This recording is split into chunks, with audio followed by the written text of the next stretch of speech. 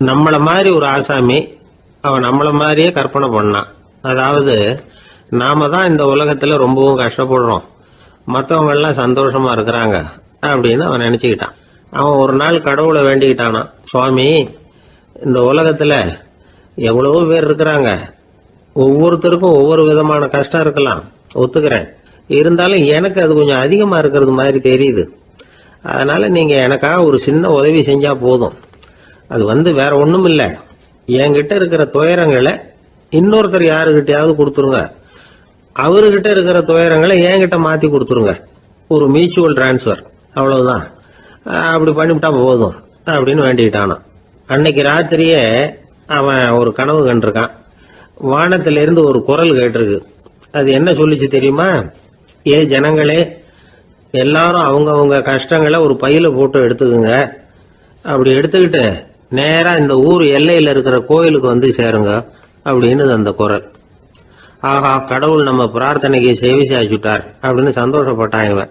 உடனே என்ன பண்ணா, தன்கிட்ட இருந்த கஷ்டத்தையெல்லாம் ஒரு சாக்கு பையில போட்டு எடுத்துக்கிட்டான். வீட்டை விட்டு வெளியில வந்தான். தெருவில் இறங்கி நடக்கிறான். அங்க பார்த்தா ஏகப்பட்ட பேர் ஆளுக்கு ஒரு பைய தூக்கிக்கிட்டு கோயிலுக்கு போயிட்டு இருக்கிறாங்க. சில பேர் மூட்டையா கட்டி தலையில சுமந்துக்கிட்டு போயிட்டு இருக்கிறாங்க. இவன் பார்த்தான். இவனுக்கு ரொம்ப ஆச்சரியமா இருந்தது. ஏன்னா எல்லாரும் வச்சிருக்கிற பைய இவன் பைய விட பெருசா இருந்தது. இவன் பை தான் இருக்கிறதுலயே கொஞ்சம் சின்னதா தெரிஞ்சது. இப்ப அவன் மறுபடியும் சாமியை வேண்டிக்கிட்டான். கடவுளே, இப்ப உள்ள சூழ்நிலையை கவனிச்சா என்கிட்ட இருக்கிற பைய பரவாயில்லன்னு தோணுது. அதனால வேற பைய எதையும் மாத்த வேணாம், இதுவே பரவாயில்ல, இந்த பையோட திரும்பி வீட்டுக்கு போனா போதும்னு நினைக்கிறேன் அப்படின்னு ஏதோ நினைக்க ஆரம்பிச்சுட்டான். எல்லாரும் கோயிலுக்கு போய் சேர்ந்தாங்க. கோயில்ல அந்த குரல் மறுபடியும் கேட்டுது. எல்லாரும் அவங்கவுங்க பைகளை சோகத்துல தொங்க விடுங்க, திடீர்னு விளக்குகள் அணையும், மணி அடிக்கப்படும், அதுதான் அடையாளம். அந்த சமயத்துல இருட்டுல உங்களுக்கு வேண்டிய பைய நீங்க மாத்தி எடுத்துக்கலாம், தேர்ந்தெடுத்துக்கலாம். வெளிச்சம் இருக்கிறப்பவே உங்களுக்கு பிடிச்ச பைக்கு பக்கமா பார்த்து நீங்க நின்னுக்கலாம் அப்படின்னு சொல்லி விவரம் சொல்லிச்சான் அந்த குரல். அப்படி சொன்னதுக்கு அப்புறம் திடீர்னு விளக்கு அணைஞ்சுது, மணி அடிச்சுது. கொஞ்ச நேரம் கழிச்சு மறுபடியும் விளக்குகள்லாம் எரிஞ்சுது. இப்போ பார்த்தா எல்லாரும் அவங்கவுங்க பையையே கெட்டியா பிடிச்சிக்கிட்டு நிக்கிறாங்க. இவனும் அப்படியே நிக்கிறான். இவன் மெதுவா பக்கத்துல நிக்கிறவங்கிட்ட கேட்டானா, ஏன் நீங்க பைய கையிலேயே வச்சிருக்கிறீங்க, செவுத்துல மாட்டலையா அப்படின்னு கேட்டிருக்கான். இல்லப்பா, நீ ஏன் கையிலேயே வச்சிருக்கிறியோ அதே காரணத்துக்காக தான் நாங்களும் வச்சிருக்கிறோம். நம்ம கவலைகளை பத்தி நமக்கு ஓரளவுக்காவது தெரியும்.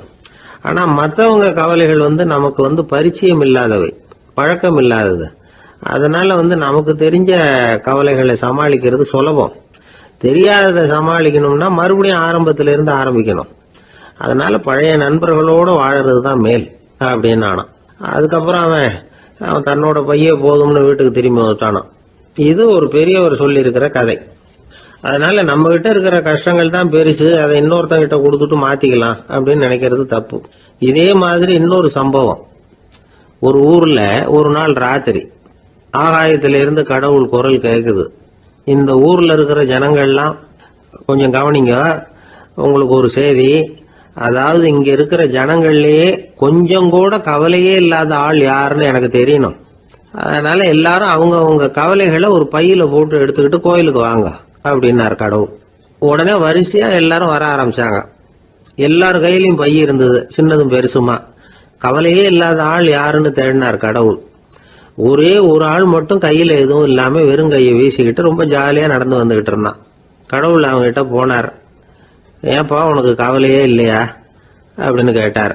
எனக்கும் சில கவலைகள்லாம் உண்டு அப்படின்னு அவன். எங்க அதெல்லாம்னு கேட்டிருக்காரு கடவுள்.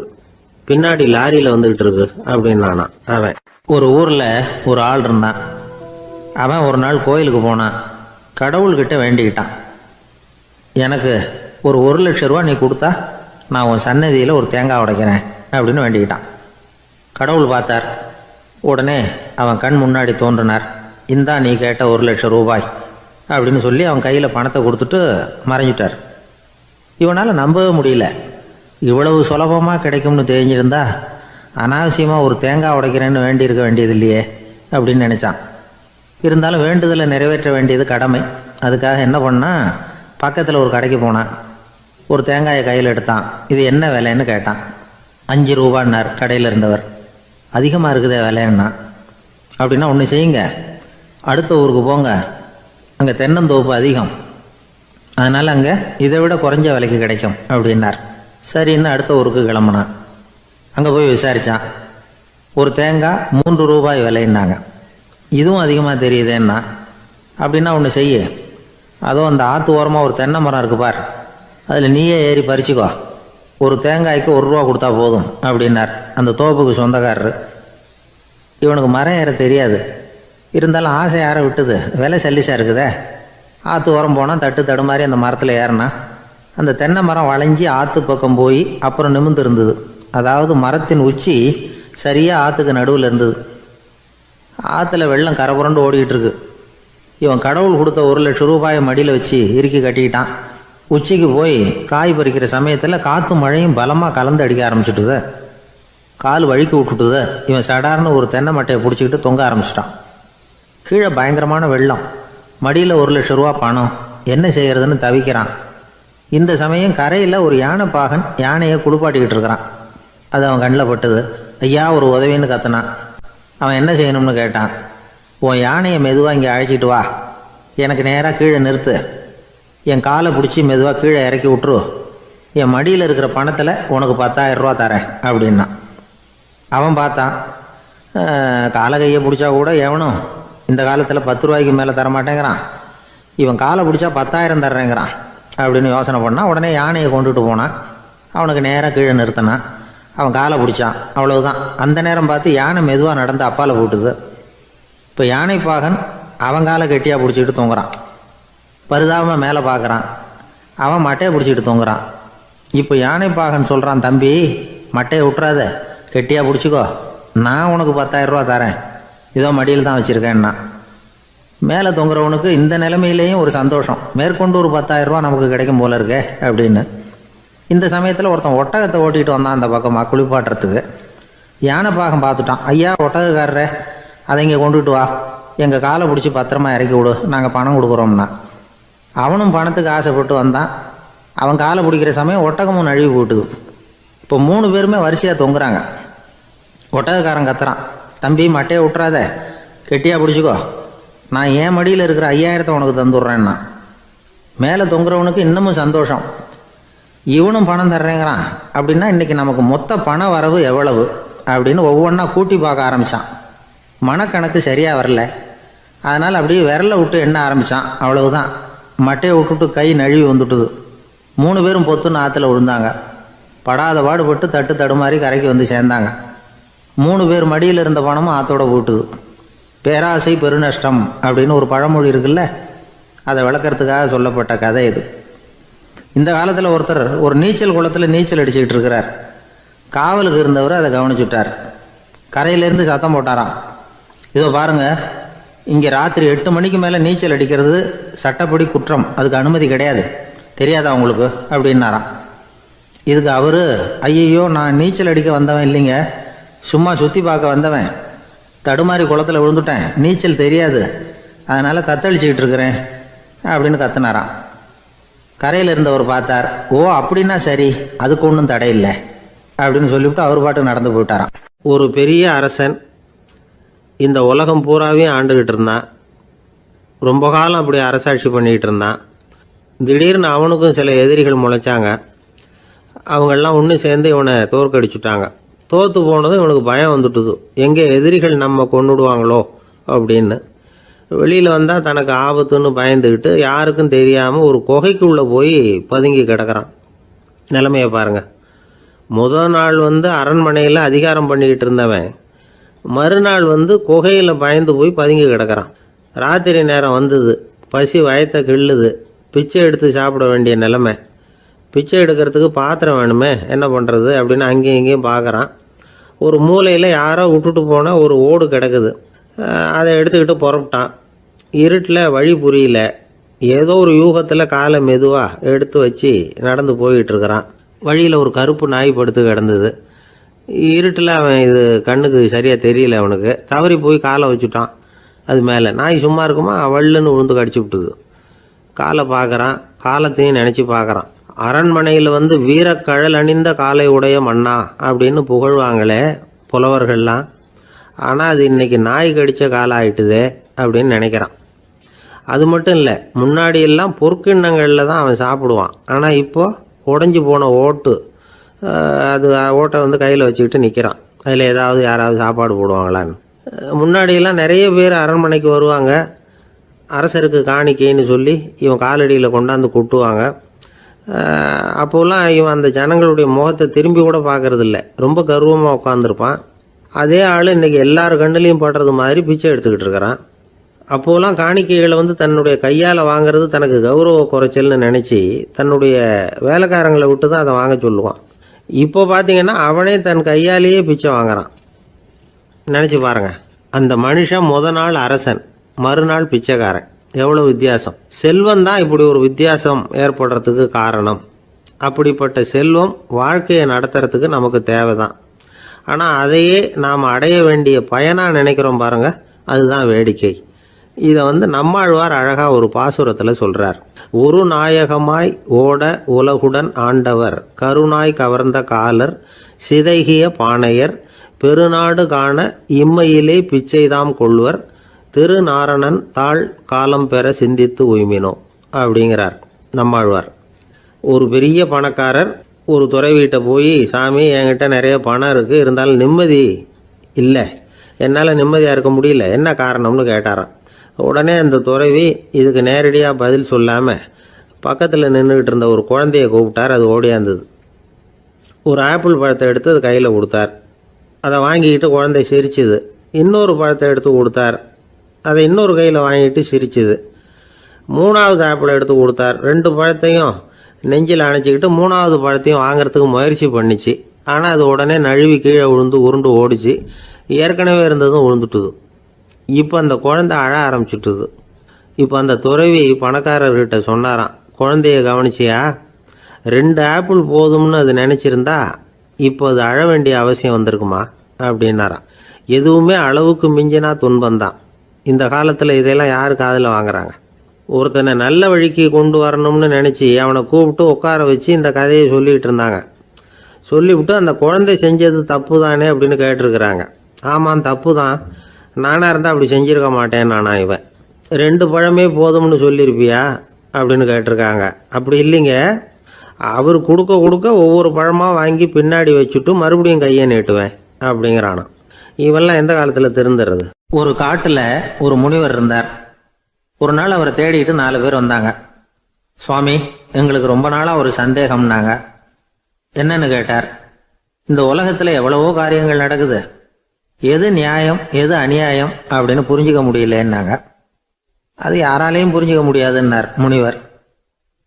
வந்தவங்களுக்கு ஆச்சரியமா போச்சு, ஒரு மாதிரியா பார்த்தாங்க. இதை முனிவர் கவனிச்சார். சரி, புறப்படுங்க என்னோடன்னார். எங்கன்னு கேட்டாங்க. இப்போ உங்க 4 பேரையும் ஒரு புஷ்பக விமானத்தில் அழைச்சிட்டு போறேன். இந்த உலகத்துல சர்வசாதாரணமா நடக்கக்கூடிய ஒரு காட்சியை உங்களுக்கு காட்ட போறேன். நீங்க பார்க்க போற அந்த காட்சி நியாயமா அநியாயமா அப்படிங்கிறத என்கிட்ட சொல்லணும். நீங்க சரியான பதில் சொன்னா புஷ்பக விமானத்துல தொடர்ந்து பிரயாணம் பண்ணலாம். தவறான பதில் சொன்னா இந்த புஷ்பக விமானம் உங்களை கீழே தள்ளி விட்டுரும் அப்படின்னார். 4 பேருக்கும் பயம்தான், இருந்தாலும் முனிவர் கூப்பிடுறாரு அப்படின்னு சொல்லி புறப்பட்டாங்க. அவங்க எல்லாரும் புறப்பட்டு ஒரு காட்டு வழியா போய்கிட்டு இருக்கிறாங்க புஷ்பக விமானத்துல. அங்க நடக்கிற ஒரு காட்சியை காட்டுறார் முனிவர். அதோ அங்க பாருங்கன்னார். அந்த விமானத்துல இருந்தபடியே எல்லாரும் கீழே குனிஞ்சு பார்க்கறாங்க. அங்க ஒரு தாய் புலி அப்பதான் குட்டி போட்டிருக்கு.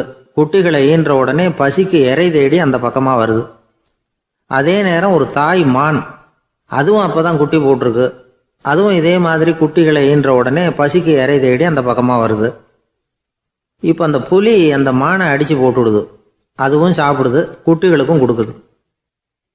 இப்போ அந்த புலிக்குட்டிகள் முகத்துல மகிழ்ச்சி, தாயை இழந்த அந்த மான் குட்டிகள் முகத்துல துக்கம். இப்போ அந்த முனிவர் 4 பேர்கிட்டையும் கேட்கிறார், நீங்க இங்க பாத்தீங்களே, இதுல எது நியாயம் எது அநியாயம்? ஒவ்வொருத்தரா சொல்லுங்க. உங்க பதில் சரியில்லைன்னா இந்த விமானம் உங்களை கீழே தள்ளி விட்டுரும். சொல்லுங்க பார்க்கலாம்னார். முதல்ல ஒருத்தன் சொன்னான், அந்த புலி செஞ்சது சரிதாங்க, அது பசிக்கு அதுதான் ஆகாரம். தன்னுடைய பசிக்கு தானே இறை தேடிக்கிட்டுது, அதில் என்ன தப்பு, அவ்வளவுதான். அதனால் புலி செஞ்சது நியாயம்தான் அப்படின்னா அவ்வளவுதான். அந்த விமானம் அவனை அப்படியே கீழே தள்ளி விட்டுட்டுது. அதனால் அவன் கொடுத்த பதில் சரியில்லை அப்படிங்கிறது புரிஞ்சு போச்சு. இப்போ ரெண்டாவது ஆள் சொன்னான், புலி செஞ்சது பாவம், அந்த தாய்மான் என்ன தப்பு பண்ணிச்சு, இப்போ அந்த குட்டிகளுக்கு யார் ஆதரவு, அதனால் புலி செஞ்சது அநியாயம் அப்படின்னா அவ்வளவுதான். அவனையும் கீழே தள்ளி விட்டுட்டுது அந்த விமானம். இந்த பதிலும் சரியில்லை அப்படின்னு ஆயிட்டுது. இப்போ மூணாவது ஆள் வந்தான்.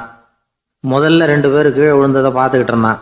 அதனால் அவன் சொன்னான், ரெண்டுமே நியாயம்தாங்க. புலி இறை தேடினதும் இயற்கை, அதுக்கு மான் இறையானதும் இயற்கை, அதனால் இதில் ஒன்றும் தப்பு இல்லைன்னா அவ்வளவுதான். அவனையும் அந்த விமானம் கீழே பிடிச்சி தள்ளி விட்டுது. இப்போ நாலாவது ஆள் வந்தான். முனிவர் கேட்டார், நீயாவது சொல்லுப்பா, இந்த செயலில் எது நியாயம்னார். அவன் தெளிவாக பதில் சொன்னான். அதாவது என்ன சொன்னான்னா, எனக்கு தெரியல அப்படின்னா. அவனை விமானம் கீழே தள்ளலை, சௌரியமாக அழைச்சிட்டு போட்டுது. இவனும் பிரயாணம் சௌக்கியமாக பண்ணானான். ஆக இதுதான் சரியான பதிலுங்கிறத முனிவர் உணர்த்தினார். இந்த கதையிலிருந்து நாம் புரிஞ்சுக்க வேண்டியது என்னன்னா, இந்த உலகத்தில் எவ்வளவோ காரியங்கள் நடக்குது, அதெல்லாம் ஏன் அப்படி நடக்குதுங்கிறதுக்கு எப்பேற்பட்ட பண்டிதராலும் பதில் சொல்ல முடியாது. தெரியாததை தெரியாதுன்னு ஒத்துக்கிட்டா வாழ்க்கை பிரயாணம் சுகமாக இருக்கும். அதனால் தேவையில்லாத விஷயங்களை புரிஞ்சுக்கிறதுக்கு நேரத்தை செலவு பண்ணிகிட்டு இருக்கக்கூடாது. வாழ்க்கையை குழப்பிக்க கூடாது. வாழ்க்கைக்கு தேவையானது என்னவோ அதை மட்டும் புரிஞ்சுக்கிட்டா போதும். இந்த காலத்து ஆள் ஒருத்தன் ஒரு பெரியவரை தேடி வந்தான். ஐயா, ஒரு சந்தேகம்னா. என்ன உன்னுடைய சந்தேகம்னார். பகுத்தறிவுன்னா என்ன, விதின்னா என்ன அப்படின்னு கேட்டான். இதுக்கு அவர், இப்போ உன்னுடைய வலது காலை தூக்குன்னார். தூக்கினான். சரி, இப்போ உன்னுடைய வலது காலை கீழே இறக்காம உன்னுடைய இடது காலையும் தூக்குன்னார். தூக்கினான். பொத்துன்னு கீழே விழுந்துட்டான். பெரியவர் சொன்னார், உன்னால் ஒரு காலை தூக்க முடிஞ்சுது, அதுதான் பகுத்தறிவு. 2 கால்களையும் ஒரே சமயத்தில் தூக்குனா அடிபடும், அப்படிங்கிறது தான் விதி அப்படின்னு விளக்கம் கொடுத்தார்.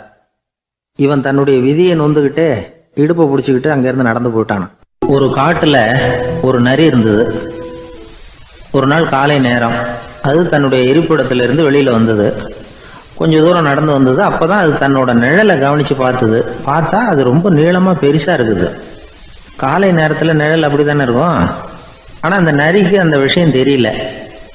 தன்னுடைய நீண்ட பெரிய நிழலை பார்த்து ஆச்சரியப்பட்டது.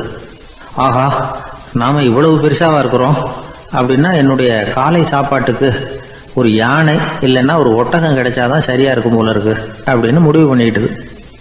உடனே ஒரு யானை அல்லது ஒட்டகத்தை தேடி அலைஞ்சது, எங்கே கிடைக்கும்னு. கிடைக்கவே இல்லை. மத்தியானம் 12 மணி ஆயிட்டுது. பசியோடு அலையுது.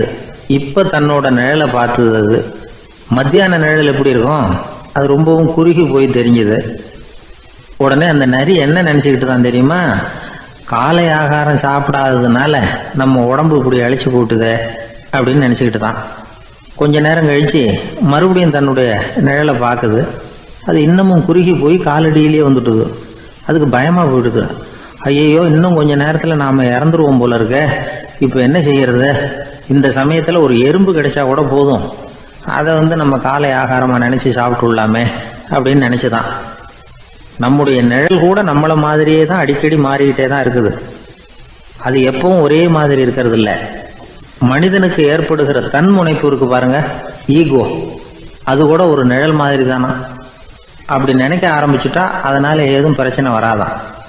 தன்முனைப்பை நிழல் போலவே ஏற்றுக்கொள்ளுங்கள் அப்படிங்கிறது பெரியவங்க கருத்து.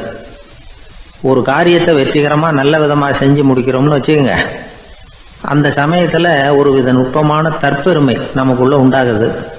இது இயற்கையானது, அதனால இது மேலே பற்று வைக்கக்கூடாது.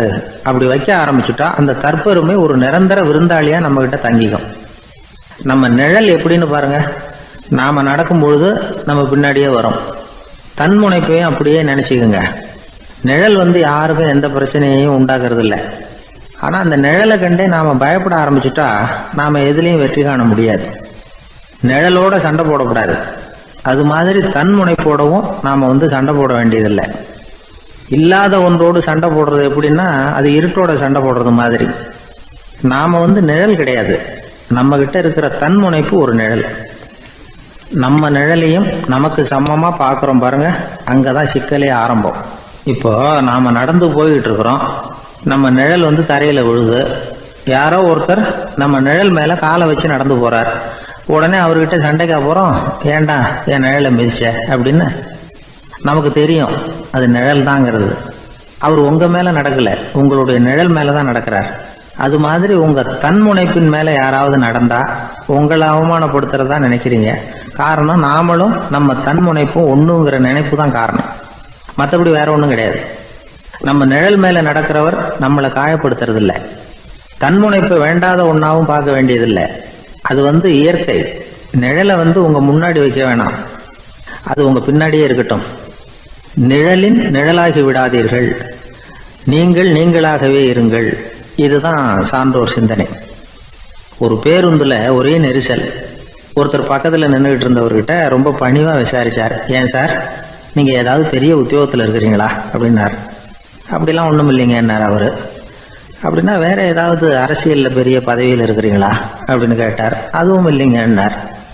சரி, பணமாவது அதிகமா வச்சிருக்கீங்களா அப்படின்னு கேட்டார். அப்படிலாம் ஒன்றும் கிடையாது சார்னார் அவரு. அப்புறம் எதுக்குடா என் காலை மிதிச்சுக்கிட்டு இருக்கிற, இடரா காலை அப்படின்னாராம் இவர். அசோக மன்னர் வந்துகிட்டு இருக்கார். அவருடைய ஆலோசகர்கள் எல்லாம் பக்கத்துல வந்துகிட்டு இருக்கிறாங்க. அந்த சமயத்துல எதிரில் ஒரு புத்த பிக்ஷு வர்றார். அசோகர் பார்க்கிறார். ஓடி போய் அவர் காலில் விழுந்து வணங்குறார். அசோக மன்னரின் தலை அந்த புத்த துறவியின் பாதத்துல பட்டுக்கிட்டு இருக்கு. பக்கத்துல நின்றுகிட்டு இருந்த அமைச்சருக்கு இது ரொம்ப சங்கடமா போச்சு. ரொம்ப வருத்தப்பட்டார். நம்ம அசோக சக்கரவர்த்தி எப்பேற்பட்டவர், அவரோட தலை ஒரு சன்னியாசியின் பாதத்துல படுறதா அப்படின்னு நினைச்சு ரொம்ப கவலைப்பட்டார். அரண்மனைக்கு திரும்பினதும் அமைச்சர் மெதுவா ஆரம்பிச்சார், அரசே எனக்கு ரொம்ப வருத்தமா இருக்குது அப்படின்னார். எதுக்குன்னார் மன்னர். அசோக சக்கரவர்த்தியின் தலை, அதாவது அந்த சிரம் ரொம்ப மதிப்புமிக்க ஒன்று, அது வந்து ஒரு சன்னியாசியின் காலில் படலாமா அப்படின்னார். அசோகர் பதில் சொல்லல, சிரிச்சார், போயிட்டார். அதுக்கப்புறம் ஒரு சரியான சந்தர்ப்பத்துக்காக காத்துக்கிட்டு இருந்தார். ஒரு நாள் அமைச்சரை கூப்பிட்டார். எனக்கு 3 தலைகள் வேணும் அப்படின்னார். சொல்லுங்க, கொண்டுகிட்டு வரேன் அப்படின்னார் அமைச்சர். அசோகர் சொன்னார், முதல்ல எனக்கு தேவையானது ஒரு ஆட்டின் தலை, 2வது ஒரு புலியின் தலை, 3வது ஒரு மனிதனின் தலை. இதுதான் அசோகர் கேட்டது. எங்க இருந்தாலும் கொண்டு வாங்கன்னார். அமைச்சர் புறப்பட்டார். ஆட்டுத்தலை புலித்தலை கிடைச்சிட்டுது. அப்புறமா ஒரு சுடுகாட்டுக்கு போய் ஒரு மனித தலையும் சேகரம் பண்ணிட்டு ராஜா கிட்ட வந்துட்டார். அரசே, உங்கள் ஆணைப்படி 3 தலைகளையும் கொண்டு வந்திருக்கிறேன்னார். அசோகர் பார்த்தார், ரொம்ப நல்லது, இப்ப இது 3ஐயும் எடுத்துக்கிட்டு போய் சந்தையில வித்துட்டு வாங்க அப்படின்னார். அமைச்சர் அதுகளை எடுத்துக்கிட்டு சந்தைக்கு போனார். முதல்ல ஆட்டுத்தலை நல்ல விலைக்கு வித்து போச்சு.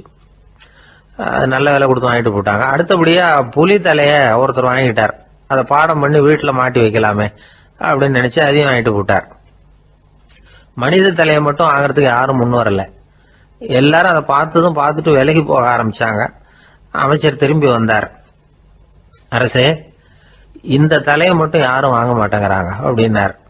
சரி, பரவாயில்ல, இதை வந்து இலவசமாவே எனாமாவே யாருக்கிட்டையாவது கொடுத்துட்டு வந்துருங்க அப்படின்னார். அமைச்சர் மறுபடியும் சந்தைக்கு போனார்.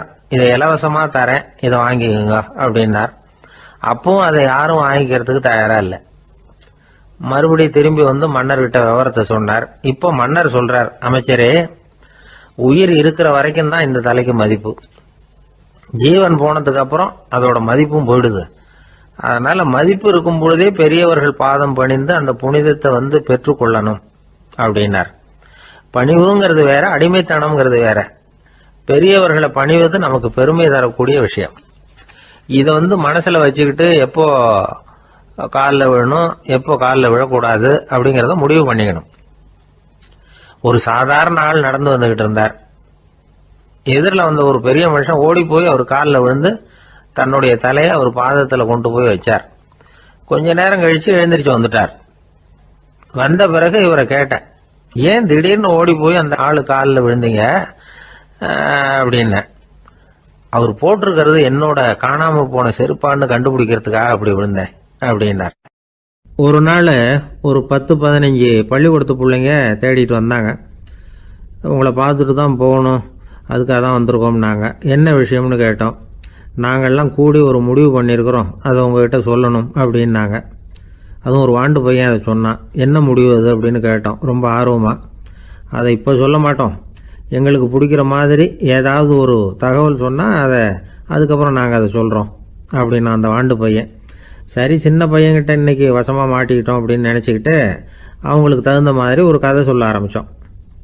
அது என்ன கதைன்னா, ஒரு பெரிய காடு, அதில் பலவிதமான மிருகங்கள். அந்த காட்டுக்கு ஒரு சிங்கம் தான் ராஜா. எப்பவும் காட்டுக்கு அது தானே ராஜா. ஒரு பெரிய யானைக்கு இது பொறுக்கலை. என்ன இது, எப்போ பார்த்தாலும் இங்கே சிங்கத்துக்கே ராஜா பதவி கிடைக்குது, நான்லாம் எவ்வளவு பலசாலியாக இருக்கிறேன், அப்படி இருந்தும் எனக்கு அந்த பதவி கிடைக்கலையே அப்படின்னு தனக்குள்ளே பொறுமிக்கிட்டே இருந்தது. ராஜா பதவியை நினச்சி ரொம்ப ஏக்கம், அதுக்கு பதவி மோகம். இந்த சமயம் பார்த்து ஒரு குள்ள நெறி கூட்டம் அதை தேடிட்டு வந்தது. ஐயா பெரியவங்களே, நீங்கள் இந்த காட்டுக்கு ராஜாவாக இருக்க ஆசைப்படுறீங்க, அதில் ஒன்றும் தப்பு இல்லை. ஆனால் அதுக்கு முன்னாடி நீங்கள் எங்கள் கூட்டத்துக்கு கொஞ்ச நாள் தலைவராக இருங்க, அதாவது ராஜாவாக இருங்களேன், உங்களுக்கும் ஒரு ட்ரைனிங் கிடைச்சது மாதிரி இருக்கும் அப்படின்னு சொல்லியிருக்குது இந்த கூட்டம், குள்ள நெறி கூட்டம். இதை கேட்ட உடனே யானைக்கு ரொம்ப சந்தோஷம் தாங்கலை. அதுதான் எப்போன்னு பதவிக்காக காத்துக்கிட்டு இருக்குதே. இருந்தாலும் கொஞ்சம் பிகுவோட, சரி நீங்கள்லாம் இவ்வளோ தூரம் என்னை தேடிட்டு வந்து கேட்கறதுனால மறுக்க முடியல அப்படின்னு ரொம்ப ஏதோ அவளுக்கு சிரமப்பட்டு ஒத்துக்கிறது மாதிரி ஒத்துக்கிட்டது. ஏதோ உங்கள் ஆசைக்கு கட்டுப்படுறேன், கொஞ்ச நாள் உங்கள் கூட்டத்துக்கு ராஜாவாக இருக்கிறதுக்கு சம்மதிக்கிறேன் அப்படின்னுது. உடனே அந்த யானை ராஜ நட போட ஆரம்பிச்சிட்டுது. யானை சாதாரணமாக நடந்தாவே எப்படி இருக்குங்கிறது நமக்கு தெரியும். அதுவே ராஜ நடந்தால் எப்படி இருக்கும் கற்பனை பண்ணி பாருங்கள். யானை முன்னாடி கம்பீரமாக போய்கிட்டு இருக்குது, தலைவர் இல்லையா, அதனால் குள்ள நரிகள்லாம் ரொம்ப அடக்கமாக அது பின்னாடி அணிவகுத்து போயிட்டு இருக்குது. ராஜா வாழ்க, மன்னர் வாழ்க அப்படின்னு கோஷம் வேற. யானைக்கு தலைகால் புரியல, அவ்வளவு சந்தோஷம். அந்த யானைக்கு செருக்கு, ஆணவம் எல்லாம் ஏற்பட்டு போச்சு. அதுக்கப்புறம் அது தரையை பார்க்குமா, நிமிர்ந்து நடக்க ஆரம்பிச்சுட்டுது. தரையை பார்க்குறதே இல்லை. அப்படி போயிட்டுருக்கிறப்போ ஒரு சதுப்பு நிலத்தில் திடீர்னு காலை வச்சுட்டுது. அவ்வளவுதான், கால் உள்ளே போட்டுது. இன்னொரு காலை எடுத்து வச்சுது, அதுவும் உள்ளே போட்டுது. அந்த 2 காலையும் எடுக்கிறதுக்காக அடுத்த 2 காலையும் அழுத்திச்சு, அதுவும் உள்ளே போக ஆரம்பிச்சுட்டுது. இப்போ 4 காலம் வசமாக சேத்துல அழுந்தி போச்சு, எடுக்க முடியல.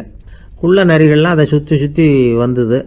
சிலது சுற்றி நின்று டான்ஸ் ஆட ஆரம்பிச்சுட்டுது யானையை பார்த்துட்டு. இதை யானை பார்த்தது. என்ன இது, தலைவர் நான் தவிச்சிக்கிட்டு இருக்கிறேன், தொண்டர்கள்லாம் சுற்றி நின்று வேடிக்கை பார்த்துக்கிட்டு இருக்கிறீங்க, டான்ஸ் ஆடுறீங்க அப்படின்னு கேட்டுதான். தொண்டர்களே, தலைவர் நான் தவிச்சிக்கிட்டு இருக்கிறது உங்களுக்கு தெரியலையா? இப்போ உடனே உங்கள் தலைவரை காப்பாற்ற வேண்டியது உங்கள் கடமை இல்லையா அப்படின்னு கத்துச்சான் அந்த யானை. குள்ள நரிகளில் ஒன்று முன்னாடி நின்று அந்த யானையை பார்த்து தான், தலைவரே எங்களுக்கு ரொம்ப நாளாக ஒரு ஆசை, அந்த ஆசையை நிறைவேற்றிக்கிறதுக்காகத்தான் உங்களை எங்கள் தலைவராக ஏற்றுக்கிறோம்னு சொன்னோம் அப்படின்னு தான். என்ன ஆசைன்னு கேட்டிருக்கு யானை. யானை கறி சாப்பிட்டு பார்க்கணுங்கிறது எங்களுக்கு ரொம்ப நாளாக ஆசை, அது இன்றைக்கி தான் நிறைவேற போகுது அப்படின்னு தான் அந்த நரி. இதை கேட்ட உடனே அந்த யானை அப்படியே மூர்ச்சி ஆகிட்டு தான். நரிகள்லாம் அது மேலே ஏறி குதற ஆரம்பிச்சுட்டு தான். பதவி மேலே இருந்த பேராசை அந்த பலசாலியான யானையையே மாட்டி விட்டுட்டுது பார்த்தீங்களா அப்படின்னு சொல்லி முடித்தோம் இந்த கதையை அந்த சின்ன பிள்ளைங்கக்கிட்ட. சரிங்க, இப்போ நாங்கள் உங்களை தேடி வந்த விஷயம் என்னங்கிறத சொல்லவா அப்படின்னா ஒரு வாண்டு பையன். சீக்கிரம் சொல்லு தம்பி, சஸ்பென்ஸ் தாங்கலை அப்படின்னோம்.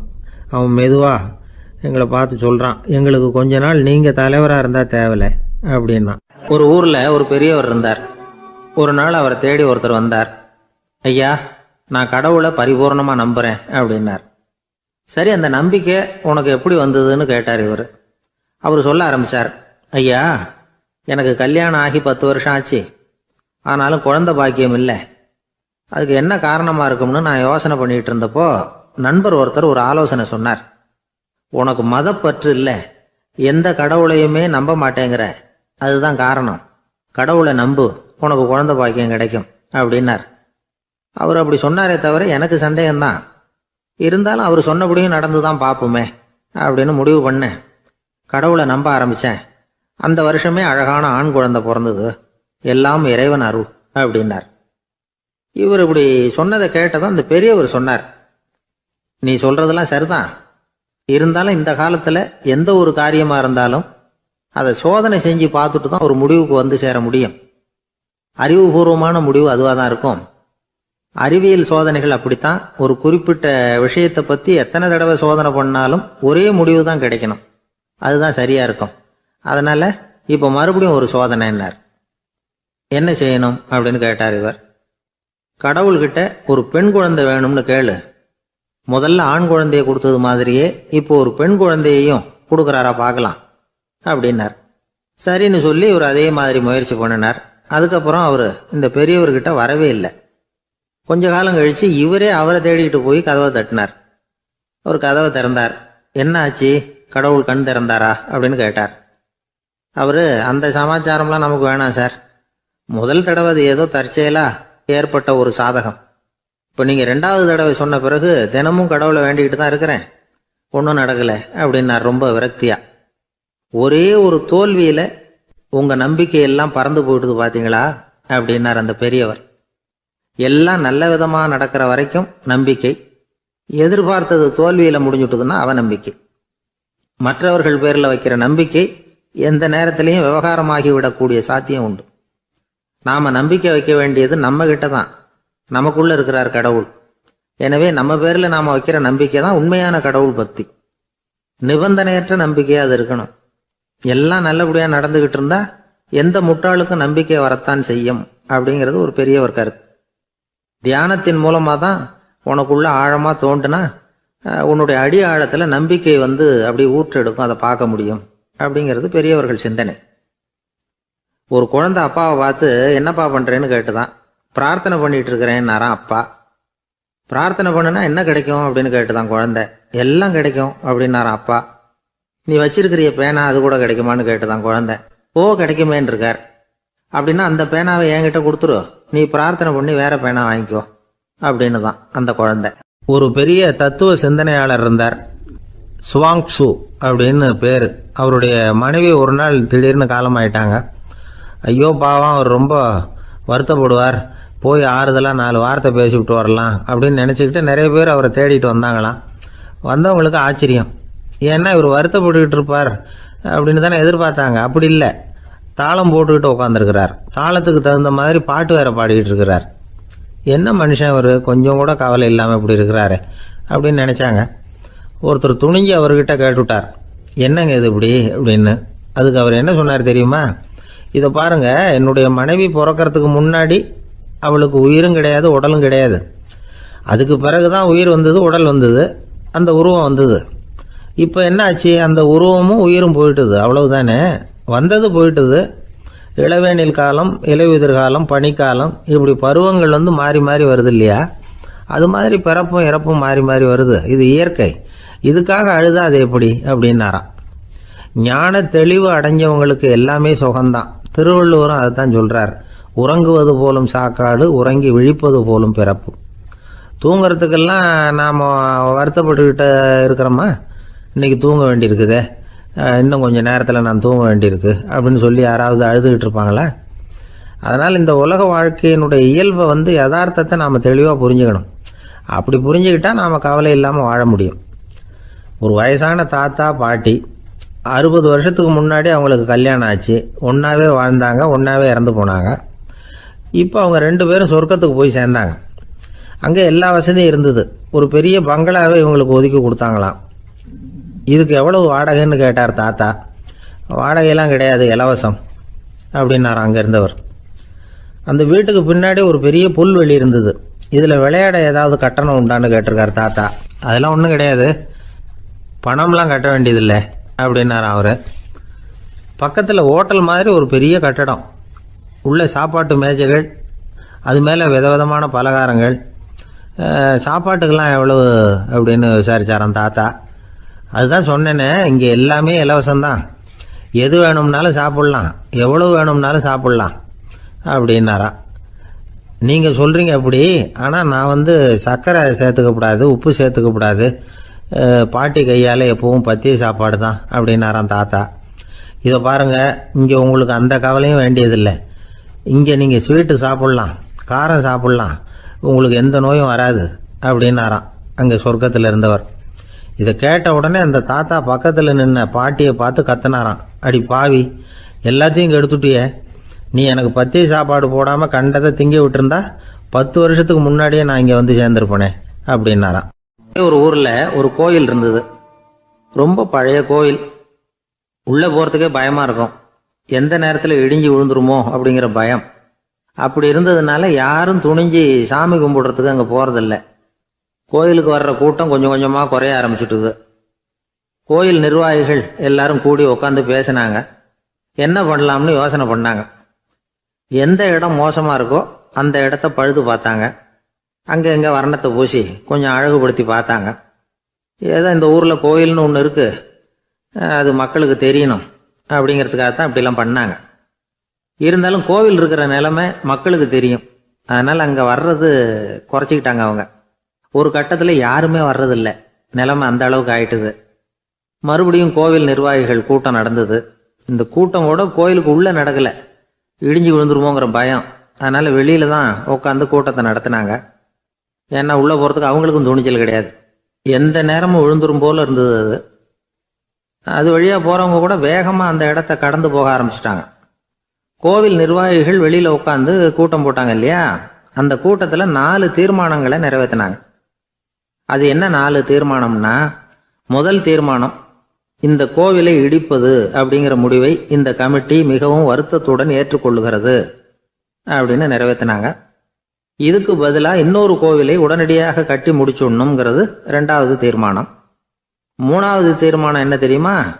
பழைய கோவிலின் கதவுகள், அதிலிருந்து பிரித்து எடுக்கிற செங்கல், இதையே புது கோவில் கட்டுவதற்கு பயன்படுத்தி கொள்ள வேண்டியது. பழைய கோவில் இருந்த மாதிரியே அதே வடிவத்தில் புது கோவிலையும் கட்ட வேண்டியது. பழைய கோவிலின் அஸ்திவாரத்தை அப்படியே வச்சுக்கிட்டு அதுக்கு மேலே நாம் கோயிலை கட்டிக்க வேண்டியது. இதுதான் 3வது தீர்மானம். இதையும் கமிட்டி முழு மனசோட ஏற்றுக்கிட்டது. இது வரைக்கும் சரி. இப்போ அந்த கமிட்டி 4வதாக ஒரு முக்கியமான தீர்மானத்தை கொண்டுகிட்டு வந்து அதையும் ஏகமனதாக நிறைவேற்றி விட்டது. அது என்ன தீர்மானம்னா, புதிய கோவில் கட்டி முடிக்கிற வரைக்கும் பழைய கோவிலை இடிக்கிறதில்லை அப்படிங்கிற தீர்மானம். எப்படி இருக்குது பாருங்க இது. பழசை இடிக்காத வரையில் அதே இடத்துல புதுசாக எப்படி கட்ட முடியும்? பல விஷயங்களில் நாம் நடந்துக்கிற முறையும் இப்படி தான் இருக்குதான். வாழ்க்கையில் முன்னேறணும்னு ஆசைப்படுவோம். அதே நேரத்தில் அந்த முன்னேற்றத்துக்கு எது தடையாக இருக்கோ அதை விட்டு விடுறதுக்கும் மனசு வராது. வெளிநாட்டில் ஒரு பெரிய விருந்து நடந்துக்கிட்டு இருந்துதான். எல்லாரும் மது கோப்பையும் கையுமா அலைஞ்சிக்கிட்டு இருக்கிறாங்க. ஒருத்தர் மட்டும் கையில் எதுவும் இல்லாமல் ரொம்ப நல்ல பிள்ளையா சாதுவா ஒரு ஓரமாக தனியாக உட்காந்துருக்கிறார். அவர்கிட்ட நெருங்கி வாங்க மது சாப்பிடலாம் அப்படின்னு கூப்பிட்டாங்களாம். என்னை வற்புறுத்தாதீங்க, நான் என் மனசுக்குள்ள உறுதியாக தீர்மானம் பண்ணிவிட்டேன் அப்படின்னாராம்.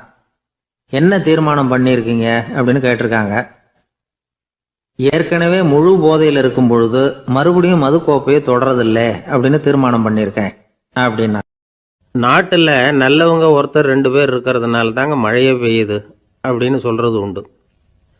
நல்லார் ஒருவர் உளரேல் அவர் பொருட்டு எல்லாருக்கும் பெய்யும் மழை. சில சமயம் ரொம்ப பேர் திடீர்னு நல்லவங்களா ஆகிடுவாங்க போல இருக்கு. அதனால தான் விடாமல் பேய் மழையாக கொட்டி தீர்த்துடுது. எல்லாரும் நல்லவங்களாயிட்டா உலகமே தாங்காது போல இருக்க. அப்பப்போ ஒருத்தர் 2 பேர் நல்லவங்களாகணும். அப்போ தான் சீராக மழை பெய்யும். மாதத்துக்கு 3 பேர் நல்லவங்களானா மாதம் மும்மாரி பொழியும். இதெல்லாம் வேடிக்கை பேச்சு. இப்போ இதெல்லாம் ஒரு பக்கம் இருக்கட்டும். இப்போ விஷயத்துக்கு வருவோம். ஒரு கும்பலில் நல்லவன் யார் அப்படிங்கிறத எப்படி கண்டுபிடிக்கிறது? இதுக்கு ஒரு வேடிக்கை கதை உண்டு. என்னுடைய நண்பர் ஒருத்தருக்கு அவங்க பாட்டியம்மா சொன்ன கதையும் அது. அது என்ன கதைன்னா, ஒரு ஊரில் ஒரு சமயம் பலமான மழை பெய்ய ஆரம்பிச்சுட்டு தான். இடி மின்னல் ரொம்ப கடுமையாக இருந்திருக்குது. ஆரம்பித்த மழை வர வர கடுமையாக ஆகிட்டு இருக்குதே தவிர நிற்கிற பாடாக தெரியல. ஊர் ஜனங்கள்லாம் பார்த்தாங்க. இதுக்கு மேலேயும் வீட்டு உள்ள இருந்தால் ஆபத்துங்கிறத புரிஞ்சுக்கிட்டாங்க. ஏன்னா வீடெல்லாம் இடிஞ்சு விழுந்துருமோங்கிற பயம். உடனே எல்லாரும் புறப்பட்டு ஊருக்கு பொதுவாக இருந்த ஒரு மண்டபத்தில் போய் தங்கிக்கிட்டாங்க. மின்னல் கடுமையாக இருந்தது. இடி எந்த நேரத்துலையும் விழலாம்ங்கிற நிலைமை. எப்போ விழலாம்னு பார்த்துக்கிட்டு இருக்குது. அந்த மண்டபத்தில் இருந்த ஜனங்கள் மனசுக்குள்ள ஒரு பயம். நம்ம கூட்டத்தில் யாராவது ஒரு கெட்டவன் பாவம் பண்ணவன் இருந்தால் கூட இடி வந்து இந்த மண்டபத்தில் விழுந்துரும், அது எல்லாருக்கும் ஆபத்து அப்படின்னு நினச்சாங்க. சரி, இதுக்கு என்ன பண்ணலாம் அப்படின்னு யோசனை பண்ணாங்க. அந்த கூட்டத்தில் ஒரு பெரியவர் இருந்தார். அவர் ஒரு யோசனை சொன்னார். இதோ பாருங்க, அதுக்கு ஒரு வழி இருக்குது. அதோ எதிர்த்தாப்புல கொஞ்சம் தூரத்தில் ஒரு உயரமாக மரம் ஒன்று இருக்குது பாருங்க. பொதுவாக இடி வந்து சுலபமாக விழறது அது மாதிரி உயரமான மரத்தில் தான். நம்ம கூட்டத்தில் இருக்கிறவங்க எல்லாரும் ஒவ்வொருத்தரா போய் அந்த மரத்தை தொட்டு விட்டு திரும்பி வந்துடணும். நம்மள பாவம் பண்ணவன் யாரோ அவன் அந்த மரத்தை தொடுற சமயத்தில் இடி விழுந்துரும், அவன் மட்டும் போயிடுவான், மண்டபத்தில் இருக்கிற நாமெல்லாம் பொழைச்சிக்கலாம் அப்படின்னு ஐடியா கொடுத்தாரு அந்த பெரியவர். இது நல்ல யோசனையாகப்பட்டது. எல்லாரும் ஒத்துக்கிட்டாங்க. ஒவ்வொருத்தராக போய் அந்த மரத்தை தொட்டு விட்டு திரும்பி வந்தாங்க. இடி எதுவும் விழலை. இன்னமும் பாவம் பண்ண ஆசாமி அதை போய் தொடலை போல இருக்கு அப்படின்னு நினச்சிக்கிட்டாங்க. ஒவ்வொருத்தராக போகிறாங்க, எல்லாரும் போய் தொட்டுவிட்டு வந்தாச்சு. இன்னும் ஒரே ஒரு ஆசாமி தான் பாக்கி. கடைசியாக இருந்த அந்த ஆள் பயந்துட்டான். இது வரைக்கும் இடி விழலைன்னா இப்போ என்ன அர்த்தம்? இப்போ நாம தான் பாக்கி, நாம தான் தப்பு பண்ண ஆள் போல இருக்கு அப்படின்னு நினச்சிட்டான்.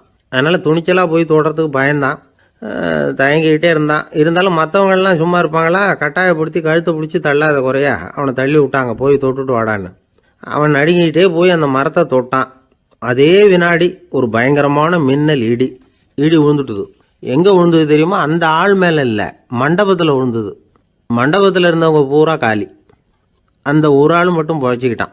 இந்த ஒரு ஆளை காப்பாற்றுறதுக்காக தான் இடி மண்டபத்தில் விழாமல் இருந்திருக்குது. இதுதான் கதை. அதனால் நல்லவங்க எப்படியும் தப்பிச்சுக்குவாங்க அப்படிங்கிறது ஒரு நீதி. ஒருத்தன் அப்படி தான் தெருவில் நடந்து போய்கிட்டு இருந்தான், ரொம்ப நல்லவன். எதிரில் ஒருத்தன் சைக்கிளில் வந்துக்கிட்டு இருந்தான். அதில் மோதி இவன் கீழே விழுந்துட்டான்.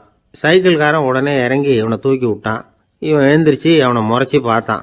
அப்படி பார்க்காதீங்க சார், நீங்கள் ரொம்ப புண்ணியம் பண்ணியிருக்கீங்க, அதுதான் இப்போ சைக்கிளில் மோதிக்கிட்டீங்க அப்படின்றான். என்ன அப்படி சொல்கிறேன் நான்? இவன் 10 நிமிஷத்துக்கு முன்னாடி நான் லாரி ஓட்டிகிட்டு வந்தேன், அப்போ நீங்கள் எதிரில் வந்திருந்தீங்கன்னா என்ன ஆயிருக்கும் அப்படின்னானா அவன். ஒரு பெரிய நினைவு மண்டபம், அதுக்கு முன்னாடி ஒரு அப்பாவும் பிள்ளையும் நின்றுக்கிட்டு இருக்கிறாங்க. அந்த வழியாக போகிறவங்க வர்றவங்கெல்லாம் அந்த இடத்துல நின்று அது என்ன மண்டபம் அப்படின்னு விசாரிக்க ஆரம்பித்தாங்க. அந்த அப்பாவும் பிள்ளையும் தான் வர்றவங்களுக்கெல்லாம் விவரம் சொல்லிகிட்டு இருக்கிறாங்க. அதாவது இந்த இடத்துல ஒரு பெரிய மகான் சமாதி ஆயிருக்கார், அவர் சமாதியான இடத்துல இந்த நினைவு மண்டபத்தை கட்டியிருக்கிறோம் அப்படின்னாங்க. ஊர் பூரா இந்த செய்தி பரவிச்சு. நிறைய பேர் அந்த இடத்த தேடி வர ஆரம்பித்தாங்க. இங்கே கொஞ்சம் நேரம் உட்காந்துட்டு போனால் மனசுக்கு ஒரு நிம்மதி கிடைக்கிது அப்படின்னாங்க. அங்கே இருந்த உண்டியலில் நிறைய காசு போட்டுட்டு போகிறாங்க. பணம் கிடுகிடுன்னு நிறைய சேர ஆரம்பிச்சுட்டுது. பணம் நிறைய சேர்ந்த உடனே அந்த அப்பாவுக்கும் பிள்ளைக்கும் தகராறு வந்துட்டுது. பணம் சேர்ந்தாலே சொத்து தகராறு வரத்தானே செய்யும், அது மாதிரி வந்துட்டுது. பையன் அடிக்கடி நிறைய பணம் கேட்க ஆரம்பித்தான். அப்பா பார்த்தார், யோசனை பண்ணார், ஒரு முடிவுக்கு வந்தார். ஒரு நாள் பையனை கூப்பிட்டார். இதை பாருப்பா, நமக்குள்ள தகராறு வேணாம், அப்பாவும் பிள்ளையும் இப்படி சண்டை போட்டுக்கிட்டா பார்க்குறவங்க தப்பாக நினைப்பாங்க, அதனால் நமக்குள்ளே சமரசமாக இதை தீர்த்துக்குவோம், என்ன சொல்கிற அப்படின்னார் அப்பா. சரின்னு நான் பையன். உடனே அந்த அப்பா என்ன பண்ணார் தெரியுமா? மகன்கிட்ட கொஞ்சம் பணத்தை கொடுத்தார், தன்கிட்ட இருந்த ஒரு கழுதையையும் கொடுத்தார். இதை வச்சு நீ பொழைச்சிக்கோ அப்படின்னு சொல்லி அனுப்பி வச்சுட்டார். மகன் அந்த கழுதையை இழுத்துக்கிட்டு அடுத்த ஊருக்கு போனான். வழியிலே அந்த கழுதை செத்து போச்சு. உடனே என்ன பண்ணலாம்னு யோசனை பண்ணான். ஒரு ஐடியா வந்தது. அந்த கழுதையை ஒரு சாலை ஓரமாக புதைச்சான். கையில் இருந்த பணத்தை வச்சு அந்த இடத்துல ஒரு கல் மண்டபம் கட்டினான். அந்த வழியாக 2 பேர் வந்தாங்க. இது என்ன மண்டபம்னு விசாரித்தாங்க. இந்த இடத்துல ஒரு பெரிய மகான் சமாதி ஆயிருக்கிறார் அப்படின்னா. இந்த செய்தி ஊர் பூரா பரவ ஆரம்பிச்சுட்டுது. நிறைய பேர் வந்து போக ஆரம்பித்தாங்க. இங்கே வந்தால் மனசுக்கு ஒரு பெரிய நிம்மதி கிடைக்குது அப்படின்னு வேற சொல்ல ஆரம்பித்தாங்க. வர வர கூட்டம் அதிகமாக வர ஆரம்பிச்சுட்டுது. உண்டியலில் பணம் நிறைய சேர்ந்துட்டுது. நகையெல்லாம் கூட கழட்டி காணிக்கையாக போட ஆரம்பிச்சுட்டாங்க. அப்பாவை விட மகன் பெரிய ஆளாயிட்டான். இதை கேள்விப்பட்டார் அப்பா. பையனை பார்த்துட்டு வரலாம்னு ஒரு நாள் புறப்பட்டு வந்தார். பையன் ஓஹோன்னு இருக்கிறான். பங்களா, காரு எல்லாம் வந்துட்டுது. எப்படிடா இந்த அளவுக்கு ஆனே அப்படின்னு விசாரித்தார். அப்பா, எல்லாம் உங்கள் ஆசீர்வாதம் தான், நீங்கள் கொடுத்த மூலதனத்தை வச்சு தான் இவ்வளவும் சம்பாதிச்சேன் அப்படின்னு நான் பையன். அது எப்படிறான்னு விசாரித்தார். அப்பா, நீங்கள் ஒரு கழுதை குட்டியும் கொஞ்சம் பணமும் என்கிட்ட கொடுத்து அனுப்பி வச்சிங்க, அதை எடுத்துக்கிட்டு வந்தேன். வர்ற வழியில் அந்த கழுதை செத்து போச்சு.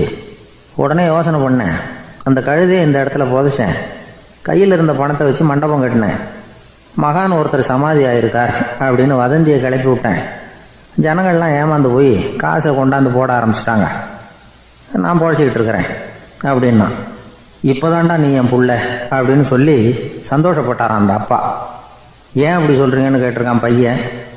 கழுதை குட்டியை புதைச்சி மண்டபம் கட்டியிருக்கிற நீ, ஏற்கனவே நம்ம ஊரில் நாம் கட்டியிருக்கிறோமே மண்டபம், அது இந்த கழுதையோட அம்மாவை புதைச்ச இடம். மகான் சமாதி ஆயிருக்காருன்னு நானும் சும்மா கப்ஸாக தான் விட்டுக்கிட்டு இருக்கேன் அப்படின்னாரான் அப்பா. முட்டாள் ஜனங்களை நினச்சி அந்த 2 பேரும் சத்தம் போட்டு சிரிச்சாங்களாம். மனுஷனை மனுஷன் ஏமாத்துறது ரொம்ப சுலபம். என் கூட படித்த ஒருத்தன் திடீர்னு ஒரு நாள் எல்லாருக்கும் அருள் வாக்கு சொல்ல ஆரம்பிச்சுட்டான். அவன் ஒரு ஆஃபீஸ்லேயும் வேலை பார்க்குறான். ஆஃபீஸில் உள்ளவங்கெல்லாம் அவங்ககிட்ட வந்து அருள் வாக்கு கேட்குறது வழக்கம். ஒரு நாள் நான் முன்னாடி போய் உட்காந்து பேசிக்கிட்டு இருந்தேன். அப்போ அதே ஆஃபீஸில் வேலை பார்க்குற ஒருத்தர் அவங்ககிட்ட வந்து, சுவாமி, என் மேஜையில் வச்சுருந்த பேனா திடீர்னு காணாமல் போட்டுது, அது திரும்ப கிடைக்குமா எனக்கு அப்படின்னு கேட்டார். இவன் கண்ணை உருட்டி பார்த்துட்டு, அது உனக்கு கிடைக்காது, புதுசாக வேற ஒன்று வாங்கிக்கப்போ அப்படின்னா. சரின்னு அவர் போயிட்டார். அவர் போனதுக்கப்புறம் நான் மெதுவாக இவனை பார்த்து, அது எப்படிறா அது உனக்கு கிடைக்காதுன்னு அவ்வளோ உறுதியாக அவர்கிட்ட சொன்னேன் அப்படின்னு கேட்டேன். இவன் மெதுவாக என் காதுகிட்ட வந்து, அந்த பேனாவை கிளப்புனதே நான் தான் அப்படிங்கிறான்.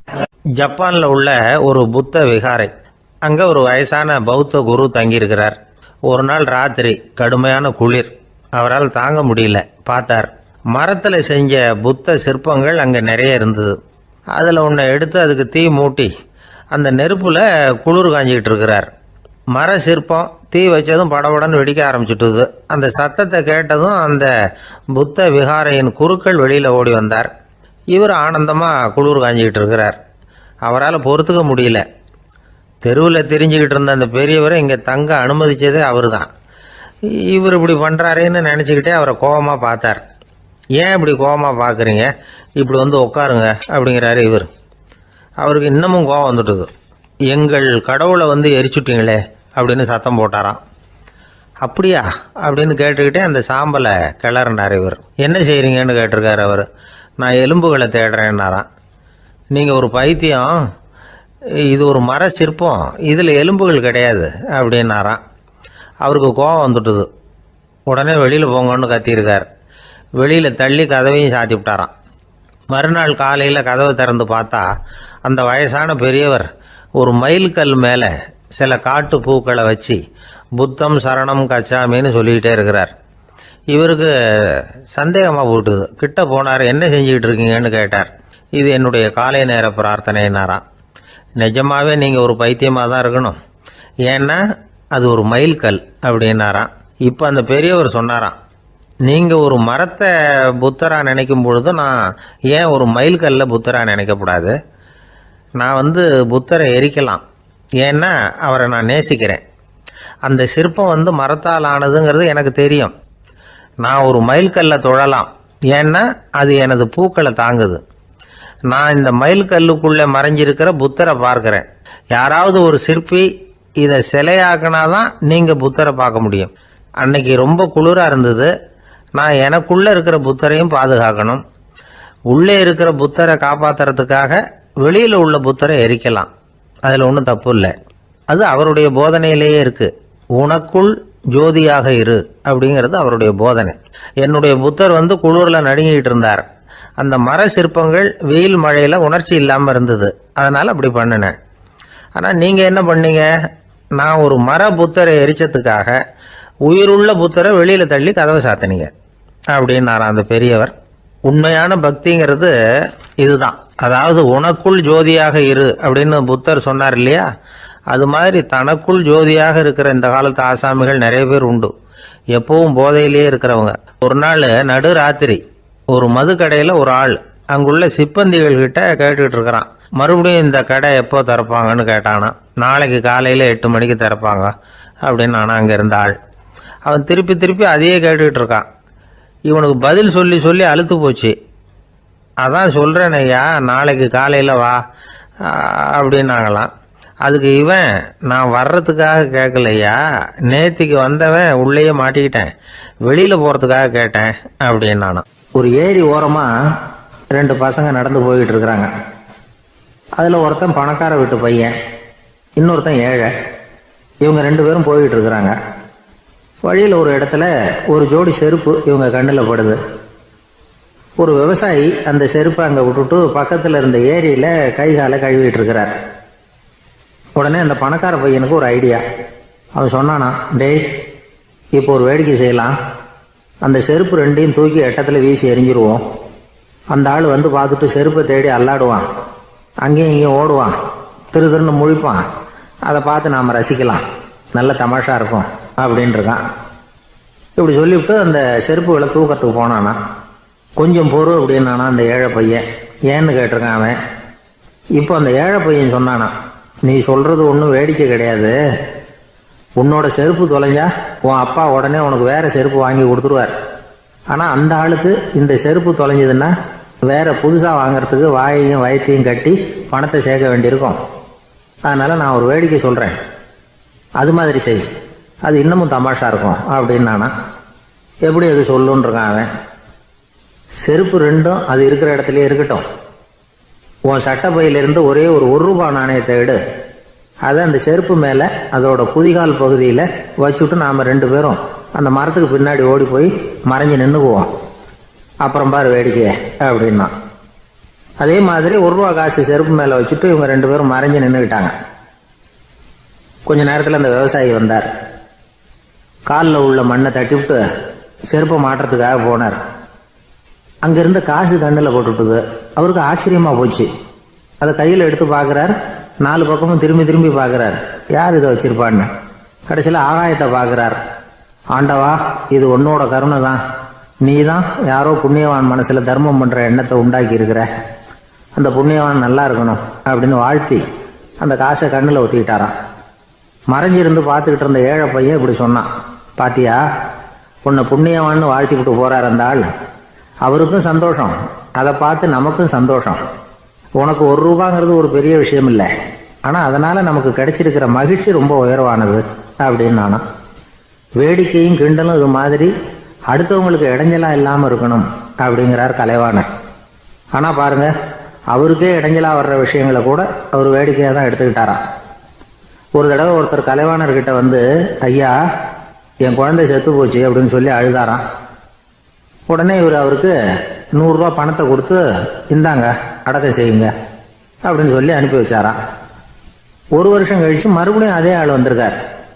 இவர் மறந்துருப்பாருங்கிற நினைப்புல, அண்ணே என் குழந்தை இறந்து போச்சுண்ணே அப்படின்னாராம். இவர் மறுபடியும் 100 ரூபா கொடுத்து ஆறுதல் சொல்லி அனுப்பி வச்சாராம். 7-8 மாசம் கழிச்சு மறுபடியும் அதே ஆள் வந்திருக்கார். அவர் வாயை திறக்கிறதுக்கு முன்னாடியே இவர் 100 ரூபாய் அவர் கையில வச்சு, போன 2 தடவை தான் குழந்தை செத்து போச்சு, இந்த தடவையாவது அதை சாகாம காப்பாத்தி விடு அப்படின்னு சொல்லி அனுப்பி வச்சாராம்.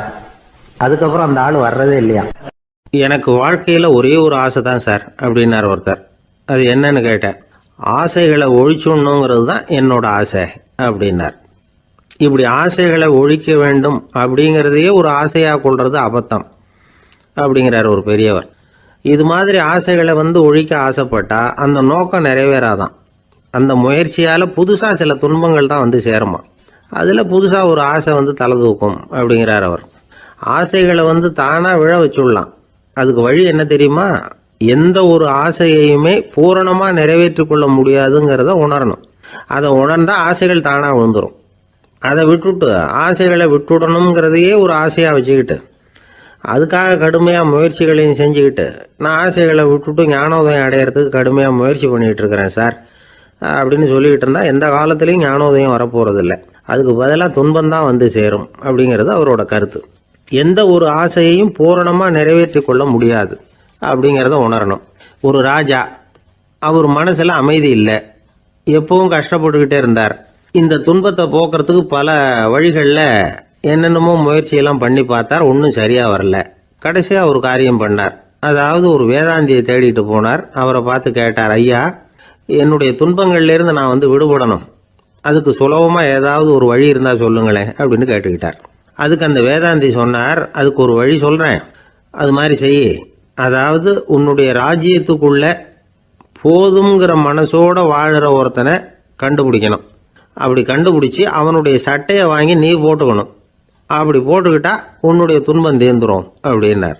உடனே ராஜாவுக்கு ரொம்ப மகிழ்ச்சி. அரண்மனையில் இருந்த அத்தனை பேரையும் ஆளுக்கு ஒரு பக்கமாக அனுப்புனார், தேட சொன்னார். போதுங்கிற மனசுடைய ஒருத்தனை கண்டுபிடிச்சி கொண்டுகிட்டு வாங்க அப்படின்னார். எங்கெங்கேயோ தேடி கடைசியாக ஒரு ஆளை கண்டுபிடிச்சாங்க. அவன் போதுங்கிற மனசோடு இருக்கிறவன் தான். ஆனால் அவன்கிட்ட சட்டை எதுவும் இல்லை. இடையில கட்டியிருக்கிற துண்டே போதுங்கிற மனசோடு அவன் வாழ்ந்துக்கிட்டு இருக்கிறான். சட்டை இருந்தாவில் ராஜா வாங்கி மாட்டிக்க முடியும். அந்த வேதாந்தி ஏன் அப்படி சொன்னாருங்கிறதுக்கான அர்த்தம் இப்போ தான் ராஜாவுக்கு புரிஞ்சுதான். இது வரைக்கும் சொன்னதெல்லாம் ஞான மார்க்கத்தை தேடிக்கிறவனுக்கான உள்ள தகவல். இப்போ இன்னைக்கு இளைஞர்கள் இதை கேட்டுவிட்டு நமக்கு ஆசையே வேணாம் அப்படின்னு முடிவு பண்ணிவிட்டா வாழ்க்கையில முன்னேறவே முடியாது. நம்முடைய முயற்சிக்கு ஆசை தான் தூண்டுகோல். அதனால இந்த ஆசையையும் அந்த ஆசையையும் போட்டு குழப்பிக்க கூடாது. ஆனா ஒன்று, பேராசை நமக்கு தேவையில்லை. நாம படுற ஆசையிலேயும் ஒரு நியாயம் இருக்கணும். ஏன்னா நம்மள சில பேர், நீங்க தான் சார் சொன்னீங்க, அதனால தான் ஆசைப்பட்டேன், அரை தான் கிடைச்சது மிச்சம் அப்படிம்பாங்க கன்னத்தை தடவிக்கிட்டே. அதனால இப்பெல்லாம் எந்த தகவலை சொன்னாலும் ரொம்ப எச்சரிக்கையா இருக்க வேண்டியிருக்குது. ஒரு ஆள் ஒரு கடை வச்சு வியாபாரம் பண்ணிட்டு இருந்தான். அவனுக்கு ரொம்ப பேராசை, நிறைய பணம் சேர்க்கணும்னு. திடீர்னு ஒரு நாள் அவனுக்கு உடம்பு ரொம்ப சுகம் இல்லாமல் போயிட்டுது. இனிமே பிழைக்கிறது கஷ்டங்கிற நிலைமை. மரணப்படுகையில் இருக்கிறான். சொந்தக்காரங்கள்லாம் சுற்றி உட்காந்துருக்குறாங்க. இவன் மெதுவாக கண்ணை திறந்து பார்க்குறான். என் வீட்டுக்காரி எங்கேன்னா, இதோ இருக்கேன் அப்படின்னாங்க அந்த அம்மா. பசங்கள்லாம் எங்கேங்கிறான். இதோ பக்கத்தில் தான் நின்றுட்டு இருக்கிறோங்கிறாங்க. பொண்ணுங்க எங்கேங்கிறான். எல்லாம் இங்கே தான் இருக்கிறோம் அப்படிங்கிறாங்க. எல்லாம் இங்கே தான் பக்கத்தில் தான் இருக்கோம், நீங்கள் கவலைப்படாதீங்கன்னு சொல்கிறாங்க எல்லாம். அவன் மெதுவாக கஷ்டப்பட்டு வாயை திறந்து, அட பாவிங்களா, எல்லாரும் இங்கே இருந்தால் அங்கே கடையை யார் கவனிக்கிறது அப்படின்னானா. கடற்கரை ஓரமாக ஒரு பெரியவர் கையால் மணலை கீறிக்கிட்டே உட்காந்துருக்கிறார். என்னத்தையும் தேடிட்டு இருக்கிறது மாதிரி தெரிஞ்சுது. மெதுவாக கிட்டத்தில் போய், என்னத்தை தேடிட்டு இருக்கிறீங்க அப்படின்னு கேட்டோம். அவரு சாவகாசமாக நிமிந்து பார்த்து, நிம்மதியை தேடிட்டு இருக்கிறேன்னார். நாங்கள் ஒரு மாதிரி ஆயிட்டோம். இருந்தாலும் சமாளிச்சுக்கிட்டு, சார் மணல்ல கிழிஞ்சல் தான் கிடைக்கும், நிம்மதி கிடைக்காது அப்படின்னோம். சரி, இன்னைக்கு வசமா நம்ம கிட்ட ஒரு ஆள் மாட்டிக்கிட்டார் அப்படின்னு நினைச்சு அவர் பக்கமா போய் உட்காந்துக்கிட்டு கதை சொல்ல ஆரம்பிச்சிட்டோம். ஒரு பெரிய மன்னர் இருந்தார். அவருக்கு எல்லா வசதியும் இருந்தது. இருந்தாலும் ஒரே ஒரு குறை. அது என்னன்னா நிம்மதி இல்லைங்கிற குறை. அரண்மனையில தினமும் கலை நிகழ்ச்சி, நாட்டியம் எல்லாம் நடந்துகிட்டு தான் இருந்தது. இருந்தாலும் நிம்மதி இல்லை. சரி, நிம்மதி எங்க கிடைக்கும் அப்படின்னு தேட ஆரம்பிச்சார். உடனே அதுக்கான முயற்சிகள்ல தீவிரமா இறங்கினார். நாட்டில் உள்ள தத்துவ மேதைகளை எல்லாம் கூப்பிட்டுட்டு வர சொன்னார். எல்லாரும் சேர்ந்தாங்க. அவங்கள பார்த்து நிம்மதி எங்க இருக்குது அப்படின்னு விசாரிச்சார். அவங்களுக்கு அது தெரிஞ்சா ஏன் இப்படி ராஜா முன்னாடி நின்றுட்டு இருக்க போறாங்க? ராஜாவோட கேள்விக்கு ஒவ்வொருத்தரும் ஒவ்வொரு மாதிரி விளக்கம் கொடுக்க ஆரம்பிச்சிட்டாங்க. எந்த பதிலும் ராஜாவுக்கு திருப்தி அளிக்கக்கூடிய அளவுக்கு இல்லை. சரி, போயிட்டு வாங்கன்னு சொல்லி அவங்கள எல்லாம் அனுப்பி வச்சுட்டார். ஒரு நாள் அவர் மாளிகையில உப்பரிகையில நின்றுட்டு இருக்கிறார். அந்த சமயத்துல தெருவில் ஒரு பிச்சைக்காரன் ரொம்ப உல்லாசமா பாட்டு பாடிக்கிட்டே போயிட்டு இருக்கிறான். குரல்ல ஒரு சந்தோஷம், நடையில ஒரு மிடுக்கு. அவன்கிட்ட கொஞ்சம் கூட கவலை இருக்கிறதா தெரியல. உடனே ராஜா அதை பார்த்தார். ஏவலாளிகளை கைதட்டி கூப்பிட்டார். உடனே ஓடி போய் அந்த பிச்சைக்காரனை இங்க அழைச்சிட்டு வாங்கன்னு உத்தரவு போட்டார். இவங்க உடனே ஓடி போய் அவனை கூப்பிட்டாங்க. அரண்மனைக்கு வாழ்ந்தாங்க. அவன் வரல. அரண்மனைக்குள்ள அடி எடுத்து வைக்க மாட்டேன்னு சொல்லிவிட்டான். ராஜா கிட்ட விஷயத்தை சொன்னாங்க. அவருக்கு ரொம்ப ஆச்சரியம், இப்படி ஒரு ஆள் இருக்கிறானா அப்படின்னு. சரி, அவன் என்னதான் சொல்றான் அப்படின்னு விசாரிச்சார். இவங்க மறுபடியும் தெருவுக்கு போய் கேட்டாங்க. என்னை பார்க்கணும்னா, ராஜா விருப்பப்பட்டாருன்னா அவரை வேணும்னா இங்க வர சொல்லுங்க அப்படின்னு சொல்லிவிட்டான். அதை ராஜா கிட்ட சொன்னாங்க. அவருக்கு கோபம் வரல. இவ்வளவு சுதந்திர உணர்வோடு இருக்கிறவன் சாதாரண ஆளா இருக்க முடியாது அப்படின்னு நினைச்சார். உடனே கிடுகிடுன்னு இறங்கி தெருவுக்கு வந்தார். பிச்சைக்காரங்கிட்ட போனார். நீ கவலைப்படாம சந்தோஷமா பாடிட்டு போறியே, அது எப்படி முடியுது உன்னால அப்படின்னு கேட்டார். ஏன் அப்படி கேக்குறீங்கன்னா, அவன் அதுக்கு இல்ல, எனக்கு அரண்மனையில எவ்வளவோ சுகபோகங்கள்லாம் இருக்கு, இருந்தாலும் நிம்மதி இல்லை. இது ஏன்னு எனக்கு தெரியல.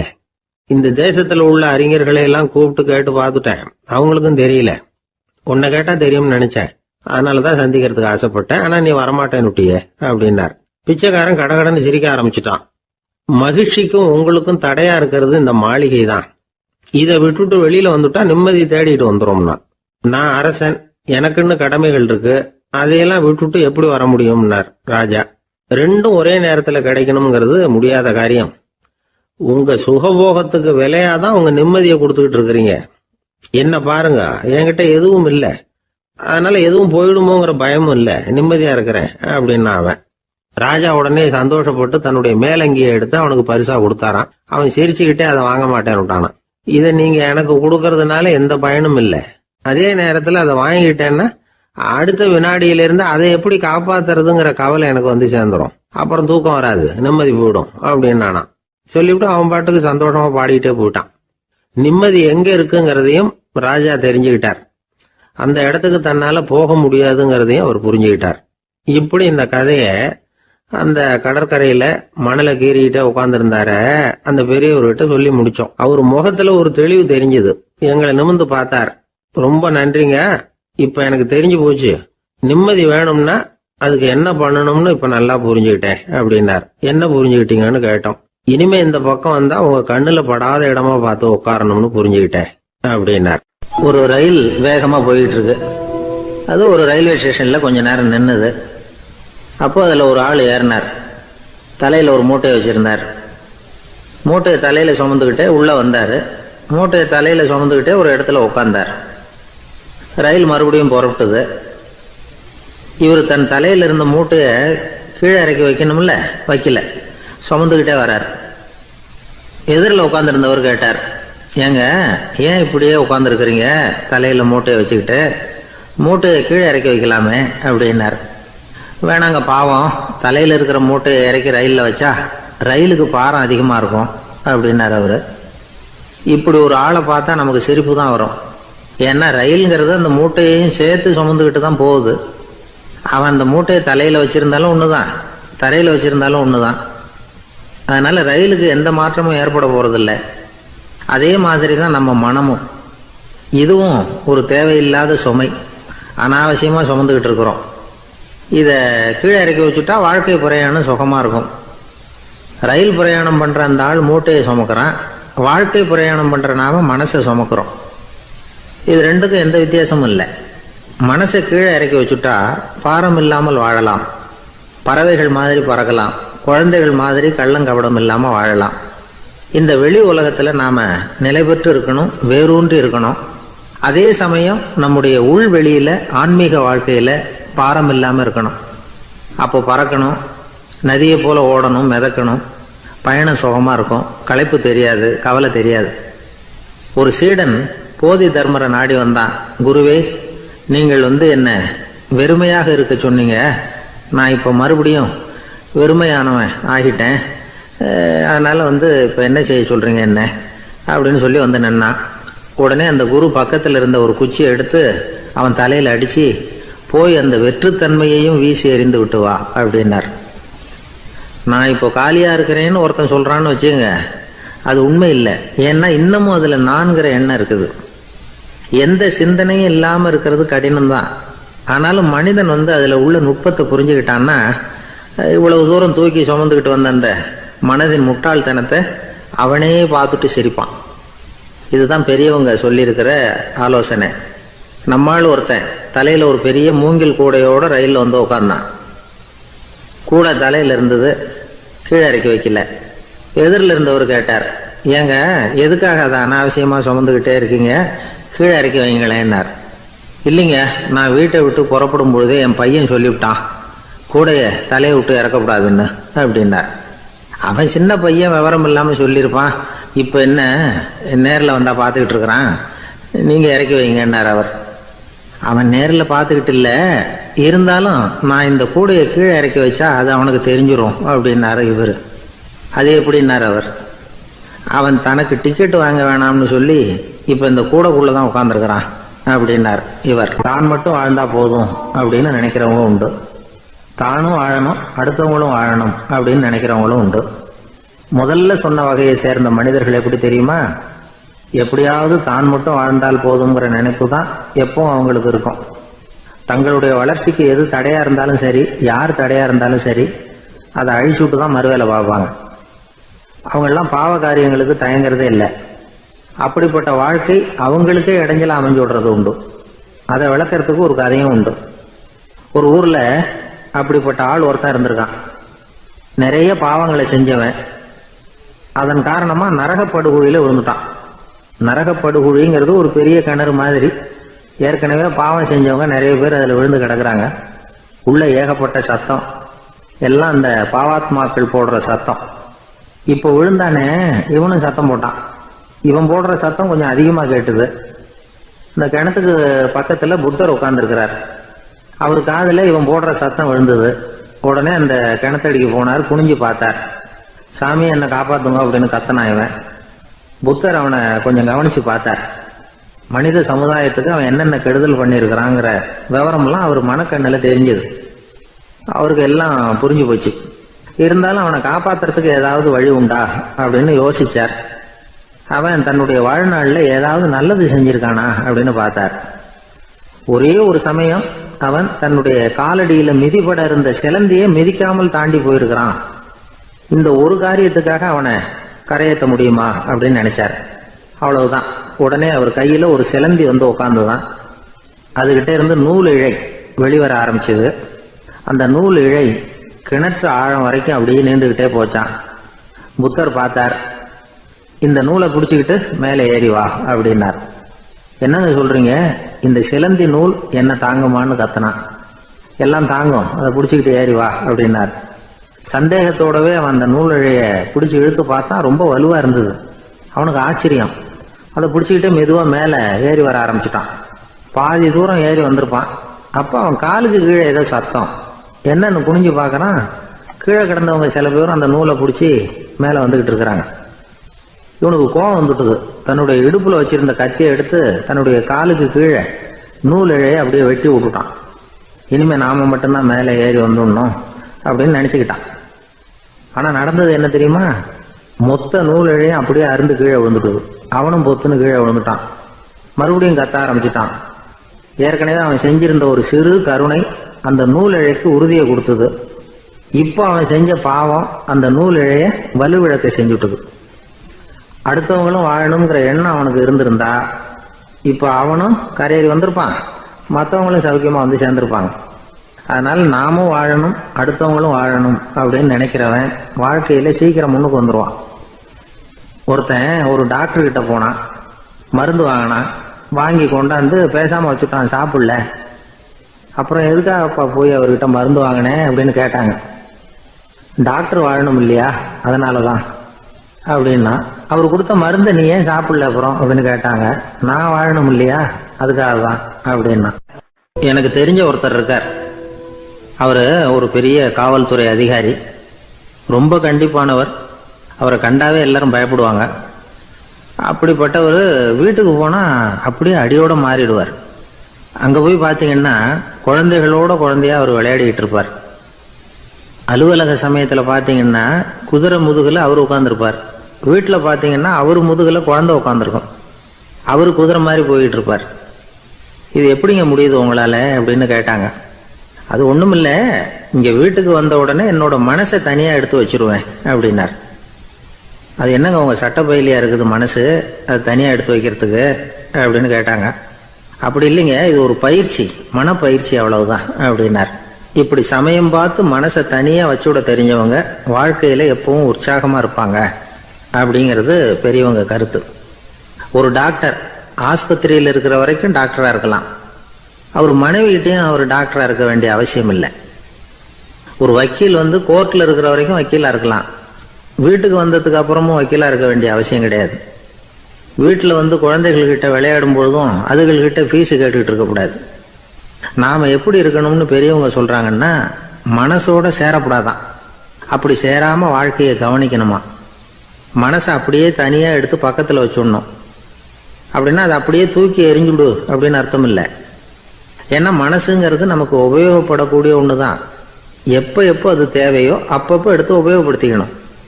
தேவைப்படுறப்போ எடுத்து கண்ணாடியை மாட்டிக்கிறோம்ல, படிக்கும் பொழுது கண்ணாடி தேவைப்படுது, எடுத்து மாட்டிக்கிறோம் இல்லையா, அது மாதிரி கணக்கு போடுறதுக்கு மனசு தேவை. கடைக்கு போய் ஒரு பொருள் வாங்குறோம், காசு கொடுக்குறோம், மீதி சில்லறை சரியா இருக்கா அப்படின்னு எண்ணி பார்த்து வாங்க வேண்டியிருக்கு. அந்த சமயத்துல மனசை எடுத்து தனியா வச்சுட்டேன் அப்படின்னு சொல்லிட்டு இருக்கக்கூடாது. பரீட்சைக்கு படிக்க வேண்டியிருக்குது, படிச்சதையெல்லாம் அப்படியே நினைவுல வச்சுக்க வேண்டியிருக்கு. அந்த சமயத்துல மனசை தூக்கி எறிஞ்சுட்டேன் சார் அப்படின்னு சொல்லிட்டு இருக்கக்கூடாது. அப்படி சொன்னா பரீட்சை நம்மளை தூக்கி எறிஞ்சிடும். அதனால தேவைப்படுறப்போ மனசை உபயோகப்படுத்தணும், தேவையில்லாதப்போ அதை தனியா ஓய்வு எடுத்துக்க விட்டுடணும். இப்படி நாம பழக்கப்படுத்திக்கிட்டா வாழ்க்கைங்கிறது நமக்கு புதுசா தெரியுமா. மனசுக்கும் ஒரு சக்தி கிடைக்கும். எந்திரங்களுக்கு ஓய்வு கொடுக்குற மாதிரி மனசுக்கும் ஓய்வு கொடுக்கணும், இல்லைன்னா அது களைச்சு போயிடும். குழந்தைகள் மனசை சுமந்துகிட்டு இருக்கிறது இல்லை. இது முதியவர்கள் குழந்தைகள் கிட்டே இருந்து கத்துக்க வேண்டிய ஒரு பாடம். ஆனாலும் இந்த கால குழந்தைகள் கிட்ட ரொம்ப எச்சரிக்கையா இருக்க வேண்டியிருக்கு. ஒரு தாத்தாவும் பேரனும் விளையாடிக்கிட்டு இருக்கிறாங்க. தாத்தா எனக்கு சைக்கிள் ஓட்ட கத்து கொடு அப்படிங்கிறான் பேரன். சைக்கிள் உயரம் கூட இல்லை, அதுக்குள்ள சைக்கிள் ஓட்டணுமா அப்படின்னார் தாத்தா. ஏன் தாத்தா, ரயில் ஓட்டுறாரு, அவர் என்ன ரயில் நீளமா இருக்கார் அப்படின்னு கேட்டானா அந்த பையன். ராமகிருஷ்ணர் வாழ்ந்த காலத்தில் நடந்த ஒரு நிகழ்ச்சி இது. அப்போ ஒரு ஓவியர் இருந்தாராம். அவருக்கு ஒரு ஆசை, ராமகிருஷ்ணர் படத்தை வரையணும், அதை அவர்கிட்டயே கொண்டுட்டு போய் காட்டி அபிப்பிராயம் கேட்கணும். இதுதான் அந்த ஓவியரின் ஆசை. உடனே ராமகிருஷ்ணர் படத்தை வரைஞ்சி முடித்தார். அதை எடுத்துக்கிட்டு போனார். இவர் போன சமயம் அங்கே ராமகிருஷ்ணர் சீடர்களோடு உட்காந்துருக்கிறார். விவேகானந்தர் அங்கே இருக்கிறார். இந்த ஓவியர் கொண்டுகிட்டு போய் தான் வரைந்த ஓவியத்தை அவர்கிட்ட காட்டினார்.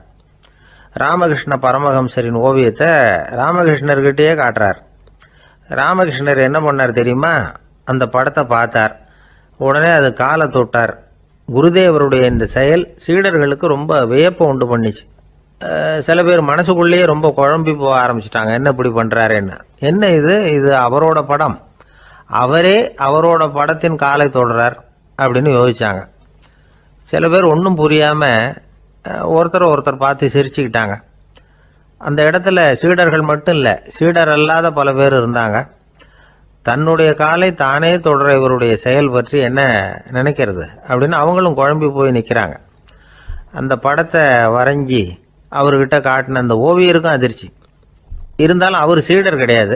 அதனால் கொஞ்சம் துணிச்சலை வர வச்சுக்கிட்டு கேட்டார், என்னங்க இது, என்னால் என்னுடைய கண்களையே நம்ப முடியல. இது உங்கள் சொந்த உருவப்படம், நீங்கள் உங்கள் சொந்த கால்களையே தொடுறீங்க, இது எங்களுக்கு கொஞ்சம் சங்கடமாக இருக்குதே அப்படின்னார். ராமகிருஷ்ணரின் கண்களில் ஆனந்த கண்ணீர் வழிஞ்சுதான். அவர் சொன்னாராம், இது என்னோட படம்ங்கிறது எனக்கு தெரியும், ஆனால் இது என்னோட படம்ங்கிறதுனால நான் இதோட காலை தொடலை.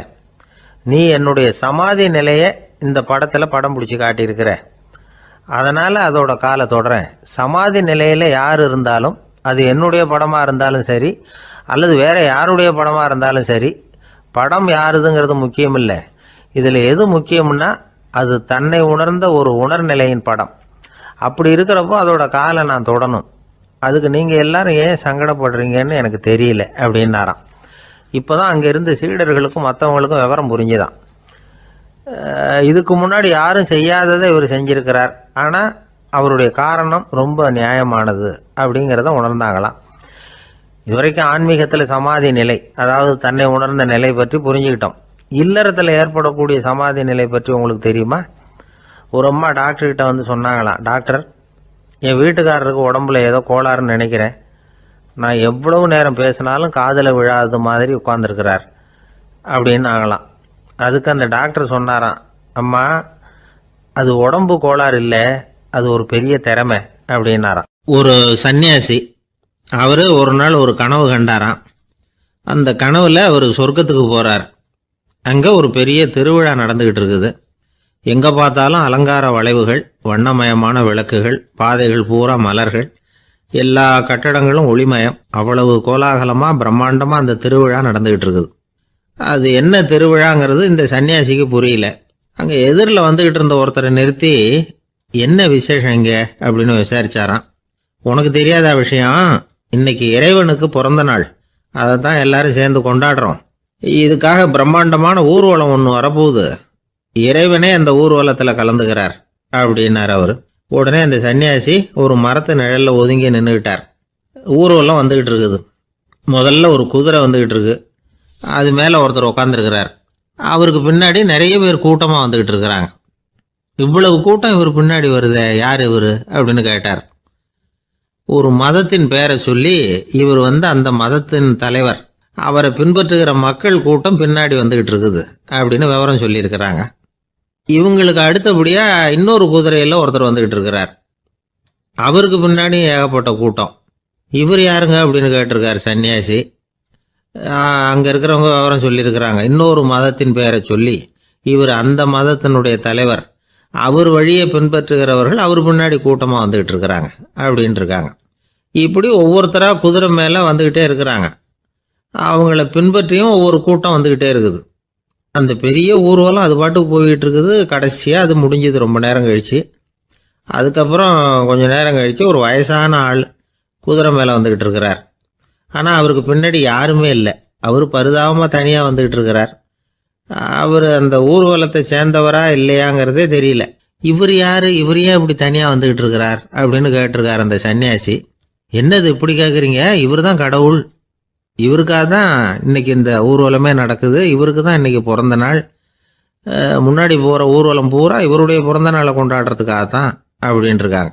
இதை கேட்டதும் அந்த சன்னியாசிக்கு திடுக்குன்னு தூக்கி போட்டிருக்கு. இது வரைக்கும் கனவு கண்டுகிட்டு இருந்தவர் முடிச்சுக்கிட்டார். அதுக்கப்புறம் தான் யோசிச்சு பார்த்துருக்கார். உண்மைதான், மக்கள் எல்லாரும் வந்து பக்தி மார்க்கத்தில் போகிறதா நினச்சிக்கிட்டு பாதம் மாறி போயிட்டு இருக்கிறாங்க. கடவுளை பின்பற்றுவதாக நினைக்கிறாங்க பக்தர்கள். ஆனால் கடவுளுக்கு பின்னாடி யாருமே இல்லை. இன்னமும் இயல்பாக இதை பற்றி யோசிச்சு பார்த்தா உண்மைக்கு பின்னாடி தான் நான் போய்கிட்டு இருக்கேன் அப்படின்னு நிறைய பேர் சொல்கிறாங்க. ஆனால் அந்த உண்மை வந்து அனாதையாக போய்கிட்டு இருக்குது. அப்படி ஆயிட்டுது உலகம். இந்த காலத்துலேயும் ஒரு ஊர்வலம், ஒரு பெரிய மனுஷருக்கு பிறந்த நாள் விழா. அவர் குதிரை மேலே ஏறி முன்னாடி போயிட்டு இருக்கிறார். அவருக்கு பின்னாடி ஒரு 100 பேர் தொண்டர்கள் அவங்க பாட்டுக்கு போகிறாங்க. எல்லாம் பணம் கொடுத்து ஏற்பாடு பண்ணவங்க. எல்லாம் பணம் வாங்கிட்டு முன்னாடி போயிட்டு இருக்கிறாங்க. கொஞ்சம் தூரம் நடந்ததும் கால் வலிக்க ஆரம்பிச்சுட்டுது. ஒவ்வொருத்தரும் அப்படியே ஒதுங்க ஆரம்பிச்சிட்டாங்க. அதான் முன்னாடியே பணம் கிடைச்சிட்டுதே, இனிமேல் ஒதுங்கினா என்னன்னு ஒதுங்கிட்டாங்க. ஒரு கட்டத்தில் குதிரையில் போகிறவர் தற்செயலாக திரும்பி பார்க்குறாரு, பின்னாடி யாருமே இல்லை. எல்லாரும் ஓடி போயிட்டாங்க. ஒரே ஒரு ஆள் மட்டும் ரொம்ப விசுவாசமாக பின்னாடி நடந்து வந்துக்கிட்டு இருந்தான். ஏன்ப்பா நீ மட்டும் வந்துக்கிட்டு இருக்கிறியே, நீ வீட்டுக்கு போகலையான்னு கேட்டிருக்காரு அவர். நீங்கள் அந்த குதிரையையும் அதுக்குள்ள வாடகை பணத்தையும் கொடுத்துட்டீங்கன்னா நானும் போயிடுவேன் அப்படின்னு நானா. இந்த ஆள் ஊரில் ஒருத்தர் இருந்தார், ரொம்ப நல்லவர். யாருக்காவது ஏதாவது கொடுத்துக்கிட்டே இருப்பார், கொடையாளி. தினமும் யாராவது ஒருத்தருக்கு ஏதாவது கொடுக்கலன்னா அவருக்கு தூக்கம் வராது. அப்படி ஒரு பழக்கம். அது மட்டும் இல்லை, அவர் கொடுக்கறது அடுத்தவங்களுக்கு தெரியாது. அவ்வளவு ரகசியமாக அதை கொடுப்பார். வலது கை கொடுக்கறது இடது கைக்கு தெரியக்கூடாதுன்னு சொல்லுவாங்கல்ல, அது மாதிரி அவர். ஒரு நாள் ராத்திரி அவர் ஏற்கனவே தயாராக கட்டி வச்சிருந்த பணம் முடிச்ச கையில் எடுத்துக்கிட்டு வீட்டை விட்டு வெளியில் வந்தார். தெருவில் இறங்கி நடந்தார். இன்னைக்கு யாருக்கு தர்மம் செய்யறது அப்படின்னு யோசனை பண்ணிட்டு இருட்டில் நடந்து வந்துகிட்டு இருக்கிறார். யாரோ ஒருத்தர் எதிரில் வர்றது மாதிரி தெரிஞ்சுது. உடனே அவர் கிட்ட போனார். தன்கிட்ட இருந்த பணம் முடிச்சு அவசரமாக அவர் கையில் திணிச்சுட்டு திரும்பி வந்துட்டார். அப்பாடா, ஒரு வழியாக யாருக்கும் தெரியாமல் இன்னைக்கு தர்மம் பண்ணியாச்சு அப்படிங்கிற மகிழ்ச்சி, மன நிறைவு அவர் முகத்தில். நிம்மதியாக தூங்கினார். அப்புறம் எழுந்திரிச்சார். மறுநாள் காலையில் ஊர் பூரா ஒரே பேச்சு. என்ன பேச்சுன்னா, நேற்று ராத்திரி ஒரு திருடன் கையில் யாரோ பணத்தை கொடுத்துட்டு போயிருக்கிறாங்க அப்படின்னு எல்லாரும் பேசிக்கிட்டு இருக்கிறாங்க. இதை கேள்விப்பட்டதும் அந்த பெரியவருக்கு ரொம்ப வருத்தமாக போச்சு. அடடா, போயும் ஒரு திருடனுக்காக உதவி பண்ணியிருக்கிறோம், பிரயோஜனம் இல்லாமல் போட்டுதே அப்படின்னு நினச்சார். சரி, இன்னைக்கும் யாருக்காவது உதவி பண்ணணும் அப்படின்னு முடிவு பண்ணினார். ராத்திரி நேரம் வந்தது. இவர் வழக்கம் போல் தெருவில் இறங்கி நடந்தார். கையில் பணம் முடிச்சு. எதிரில் ஒரு பொன் உருவம் மங்கலாக தெரிஞ்சது. இவர் உடனே அந்த பெண்கிட்ட பணத்தை கொடுத்துட்டு திருப்தியாக திரும்பி வந்துட்டார். மறுநாள் காலையில் ஊர் பூரா என்ன பேசிக்கிட்டாங்க தெரியுமா? நேற்று ராத்திரி நெறி தவறி நடக்கிற ஒரு பெண்ணின் கையில் யாரோ பணத்தை வச்சுட்டு போயிருக்கிறாங்க அப்படின்னு எல்லாரும் பேசிக்கிறாங்க. அடடா, இன்னைக்கும் தவறுதலாக நடந்து போச்சு அப்படின்னு ஒரு வருத்தப்பட்டார். இருக்கட்டும், இன்னைக்கும் ஏதாவது தர்மம் பண்ணுவோம் அப்படின்னு நினச்சிக்கிட்டாரு. 3வது நாள் ராத்திரியும் புறப்பட்டார். இப்பவும் எதிரில் ஒருத்தர் வந்தார். இவர் பணத்தை கொடுத்தார், திரும்பி வந்துட்டார். மறுநாள் மக்கள் என்ன பேசிக்கிட்டாங்கன்னா, நேற்று ராத்திரி ஒரு செல்வந்தர் கையில் யாரோ பணத்தை கொடுத்துட்டு போயிருக்கிறாங்க அப்படின்னு பேசிக்கிட்டாங்களாம். அவருக்கு ரொம்ப வருத்தமாக போட்டுது. என்ன இது, தினம் இப்படி ஆகிட்டு இருக்குதே அப்படின்னு நினச்சிக்கிட்டே படுத்து தூங்கினார். அன்னைக்கு ராத்திரி ஒரு கனவு. அந்த கனவுல இறைவன் வந்து சொன்னாராம், இதை பாருப்பா, நீ கொடுத்த தர்மம் வீணா போயிடல. உன்கிட்ட பணம் வாங்கின அந்த திருடன் திருந்திட்டான், அந்த பொண்ணும் திருந்திட்டா, அந்த செல்வந்தனும் கொடையாளி ஆயிட்டான், எல்லாருக்கும் உதவி பண்ண ஆரம்பிச்சுட்டான் அப்படின்னு சொன்னாராம். இந்த கதையை சொன்னவர் யாருன்னா நபிகள் நாயகம். இதுல உள்ள கருத்து என்னன்னா, நல்ல மனசோட தர்மம் பண்ணுனா அது வீணா போறதில்லை. இன்னொரு கருத்து, தர்மம் வந்து தன்னை மட்டுமல்ல அடுத்தவங்களையும் தீமையிலிருந்து காப்பாற்றும். இதுதான் நாம புரிஞ்சுக்க வேண்டியது. இந்த காலத்திலையும் இது மாதிரி சில சம்பவங்கள் நடக்கிறது உண்டு. ஒரு பெரியவர் இருட்டில் நடந்து வந்துகிட்டு இருந்தாரு. எதிரில் வந்த ஒருத்தன் வலுக்கட்டாயமாக ஒரு கையை பிடிச்சி ஒரு பண முடிப்பை கொடுத்து வச்சுக்க சொல்லிவிட்டு விலகி போயிட்டான். பெரியவருக்கு ஆச்சரியம், இந்த காலத்திலையும் இப்படி வலது கை கொடுக்கறது இடது கைக்கு தெரியக்கூடாதுன்னு நினைக்கிற கொடையாளிகள் உண்டு போல இருக்கு அப்படின்னு யோசனை பண்ணிக்கிட்டே நடந்தார். கொஞ்சம் தூரம் போயிருப்பாரு. அதுக்குள்ள அதே ஆள் திரும்பி வந்தான். கொடுத்த பண முடிப்பை திருப்பி கொடுங்க அப்படின்னு கேட்டு வாங்கிட்டான். இவருக்கு ஒன்றும் புரியல. ஏன் இப்படி பண்ணுறேன்னார். அது ஒன்றும் இல்லைங்க, கொஞ்ச நேரம் இதை உங்ககிட்ட கொடுத்து வச்சிருந்தேன் அவ்வளவுதான் அப்படின்னா. ஏன்னு கேட்டார். என்னை பின்னாடி போலீஸ் தேடிக்கிட்டு வந்துகிட்டு இருக்குது, அதுதான் அப்படி பண்ணேன், இப்போ போயிட்டு இனிமே ஒன்றும் பயம் இல்லை அப்படின்னு சொல்லிவிட்டு அவன் பாட்டுக்கு நடந்து போறான். ஒரு ஊர்ல ஒரு ஆள் இருந்தான், தையல் கடை வச்சிருந்தான். அவங்கிட்ட ஒருத்தன் ஒரு சட்டை துணி எடுத்து கொடுத்து தைக்க சொல்லியிருந்தான். வர்ற சனிக்கிழமை வா வந்து வாங்கிட்டு போ அப்படின்னு அவன் சொல்லியிருந்தான். அதே மாதிரி இவன் வந்தான். அவன் தச்சு வச்சிருந்த சட்டையை கொடுத்தான். இவன் வாங்கி அங்கேயே போட்டு பார்த்தான். கை நீளம் ஒன்றுக்கு ஒன்று வித்தியாசமா இருந்தது. வலது கை இடது பக்கத்தை விட நீளம் குறைச்சலா இருந்தது. அவன் முணுமுணுக்க ஆரம்பிச்சுட்டான், என்ன இது இப்படி தைச்சுட்டியேன்னு. இதுக்கு அவன் சொன்னான், ஐயையோ இதுக்காகவா சங்கடப்படுறீங்க, வலது கையை மட்டும் கொஞ்சம் உள்ள இழுத்தாப்புல வச்சுக்கிட்டீங்கன்னா சரியா போகுது, மற்றபடி அந்த சட்டையில உள்ள கலை அம்சத்தை கவனிங்க, எவ்வளவு அற்புதமா தைச்சிருக்கேன் பாருங்க, ஒரு சின்ன குறைய இப்படிலாம் பொருட்படுத்த வேண்டியதில்லை, நான் சொன்னது மாதிரி கையை கொஞ்சம் உள்ள இழுத்தது மாதிரி வச்சுக்கிட்டு நடந்து போங்க, ஜோரா இருக்கும் அப்படின்னா. அவனும் யோசிச்சு பார்த்தான். சரியான யோசனையா தான் தோணுச்சு. கொஞ்சம் முயற்சி பண்ணி வலது கையை கொஞ்சம் உள்ள இழுத்து சட்டை சரியா இருக்கிறது மாதிரி பண்ணிட்டான். இப்போ மறுபடியும் ஒரு பிரச்சனை. வலது கையை உள்ள இழுத்த மாதிரி அப்படியே வச்சுக்கிட்டதும் முதுகு பக்கம் கொஞ்சம் துணி தளர்த்தியா தொங்குறது மாதிரி தெரிஞ்சது. என்ன இது, முதுகு பக்கம் துணி குவிஞ்சுட்டுதே தொங்குதே அப்படின்னா மறுபடியும், அடடா இதுக்காகவா கவலைப்படுறீங்க, உடம்ப அதுக்கு தகுந்த மாதிரி கொஞ்சம் வளைச்சிக்கிட்டா சரியா போடுது, இதுக்காக அந்த அழகான தையலை பிரிச்சு அதுல உள்ள கலை அம்சத்தை கெடுக்கிறதுக்கு என் மனசு இடம் தரல, எவ்வளவுக்கு தளர்த்தியா இருக்கோ அவ்வளவுக்கு கொஞ்சம் உடம்ப வளைச்சி அப்படி குனிஞ்சது மாதிரி போங்க போதும் அப்படின்னா. அதுவும் நல்ல யோசனையா தான் பட்டுது இவனுக்கு. சரின்னு சொல்லிவிட்டு புறப்பட்டான். தெருவில் இறங்கினான். கையை கொஞ்சம் உள்ள இழுத்தான், உடம்ப கொஞ்சம் முன்னால வளைச்சான், சட்டைக்கு தகுந்த மாதிரி உடம்ப பண்ணிட்டான், மெதுவா நடந்து போறான். இப்போ எதிரில் இன்னொருத்தன் வரான். இவனை பார்க்கறான். இவன் போட்டிருக்கிற சட்டையை பார்க்கறான். ஆஹா அற்புதம்ங்கிறான். சும்மா சொல்லக்கூடாது, ரொம்ப நல்லா இருக்கு, நிச்சயமா இது இந்த ஊர் மேல தெருவில் இருக்கிற ஒருத்தன் இருக்கானே அவன் தைச்சதா தான் இருக்கணும் அப்படின்னா. இதை கேட்டதான் அவனுக்கு ஆச்சரியம். எப்படி அவ்வளவு கரெக்டா கண்டுபிடிச்சிங்க அப்படின்னு கேட்டிருக்கான். இதுக்கு அந்த வழிபோக்கன்னு சொன்னானா, அவன் ரொம்ப கெட்டிக்காரன், உங்களை மாதிரி உடம்பும் கையும் வளைஞ்சு போன ஒரு ஆசாமிக்கு அவனை தவிர வேற யாராலேயும் இவ்வளவு பொருத்தமான ஒரு சட்டையை தைக்க முடியாது அப்படின்னானா.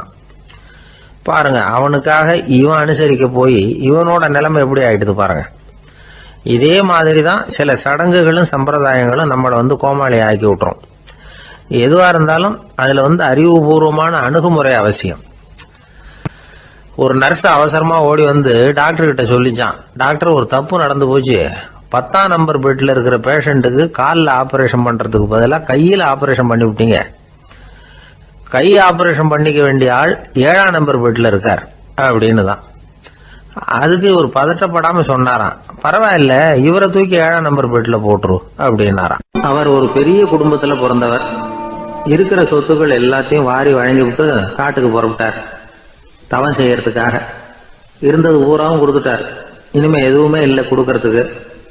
அப்போ கடைசியா ஒருத்தன் கையை நீட்டினானா, ஐயா ஏதாவது கொடுங்கன்றிருக்கான். அவர் பார்த்தார், கட்டி இருக்கிற வேட்டியை தவிர வேற எதுவுமே இல்லை, 8 முழம் பட்டு வேட்டி ஜரிகை கரையோடு இருக்குது. கடைசியா அதை தான் எடுத்துக்கிட்டு அவர் புறப்பட்டு இருக்கார். அவர் பார்த்தார், எதிரில் அவன் பரிதாபமா நின்றுகிட்டு இருக்கிறான். அந்த 8 முழ வேட்டியை 2ஆ கிழிச்சார். 4 முழத்தை அவங்ககிட்ட கொடுத்தாரு. மீதி 4 முழத்தை தன்னோட இடுப்புல கட்டிட்டு அவர் காட்டுக்கு போயிட்டார். இவன் என்ன பண்ணான் தெரியுமா, கையில கிடைச்ச 4 முழத்தை எடுத்துக்கிட்டு கடை வீதிக்கு போனான். பழைய பட்டு வேட்டி ஜருகை இதையெல்லாம் விலைக்கு வாங்குற வணிகர் ஒருத்தர் இருக்கார், அவர்கிட்ட போனான். இதை விலைக்கு எடுத்துக்கிறீங்களா அப்படின்னு கேட்டிருக்கான். அவர் வாங்கி பார்த்துருக்கார்.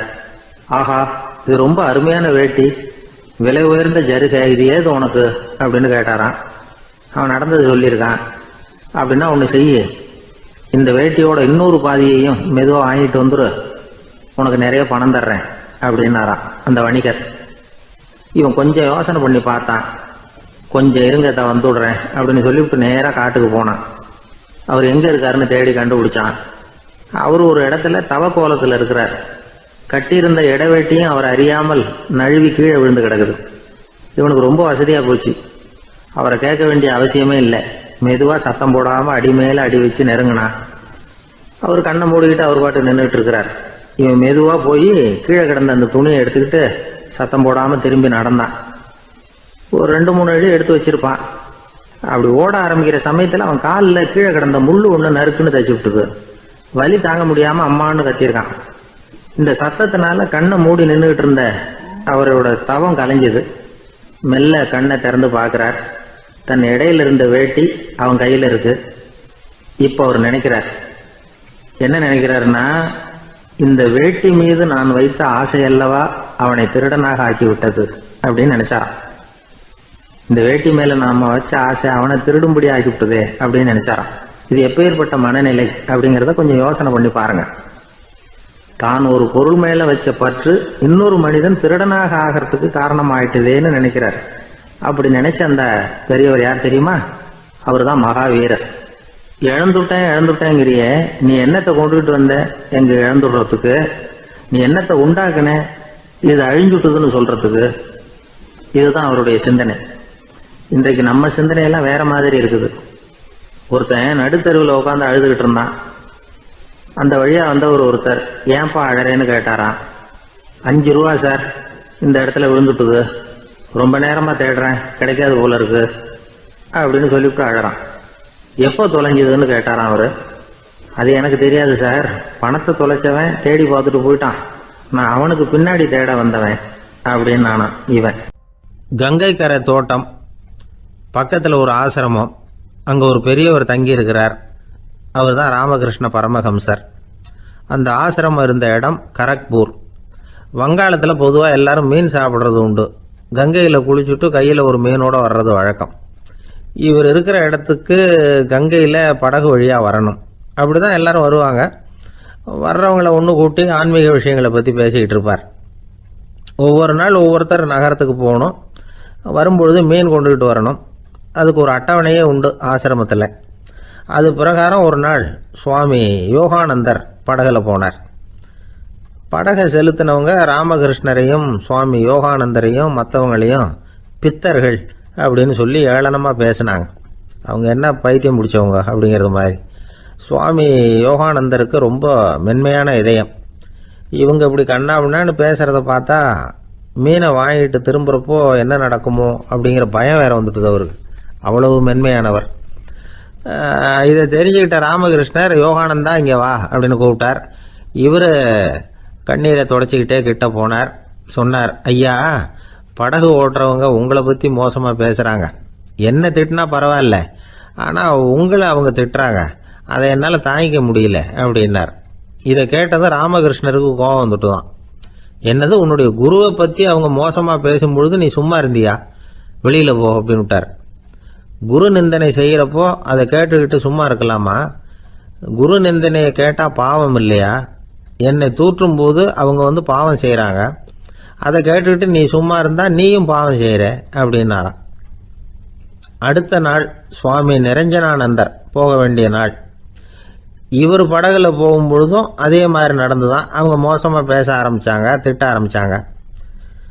அப்படி கேலி பண்ண ஒருத்தனை இவர் என்ன பண்ணார், பலார்னு கன்னத்தில் அரைஞ்சிட்டார். இன்னொருத்தனை கங்கையில் தூக்கி எறியறதுக்கும் தயாராகிட்டார். அதுக்கப்புறம் அவங்க யாரும் வாயை திறக்கலை. மீன் வாங்கிட்டு வர்றப்பவும் படகுல ஒரே அமைதி. அவ்வளவு பயம் அவங்களுக்கு. ராமகிருஷ்ணர் கூப்பிட்டு விசாரித்தார் என்ன நடந்ததுன்னு. இவர் சொன்னார், அவர் யோகானந்தா போகும்பொழுது என்ன நடந்ததோ அப்படியே தான் இப்பவும் நடந்தது. குரு நிந்தனை செய்கிறத கேட்டுக்கிட்டு நான் சும்மா இருப்பேனா? ஒருத்தனை அப்படியே அரைஞ்சுட்டேன், இன்னொருத்தனை ஆற்றுல தூக்கி போட்டுருவேன்னு பயமுறுத்தினேன், அவ்வளவுதான் அப்படின்னாராம். இப்போவும் ராமகிருஷ்ணருக்கு கோபம் வந்துட்டு தான். என்ன இது, அணியறது காஷாயம், இருக்கிறது ஆசிரமம், உனக்கு இவ்வளவு கோபம் வந்ததுன்னா அப்புறம் என்னத்துக்கு ஆசிரமத்தில் இருக்கணும்? பிரம்மச்சாரி எப்பவும் அமைதியாக இருக்கணும் அப்படின்னு அறிவுரை சொன்னாராம் ராமகிருஷ்ணர்.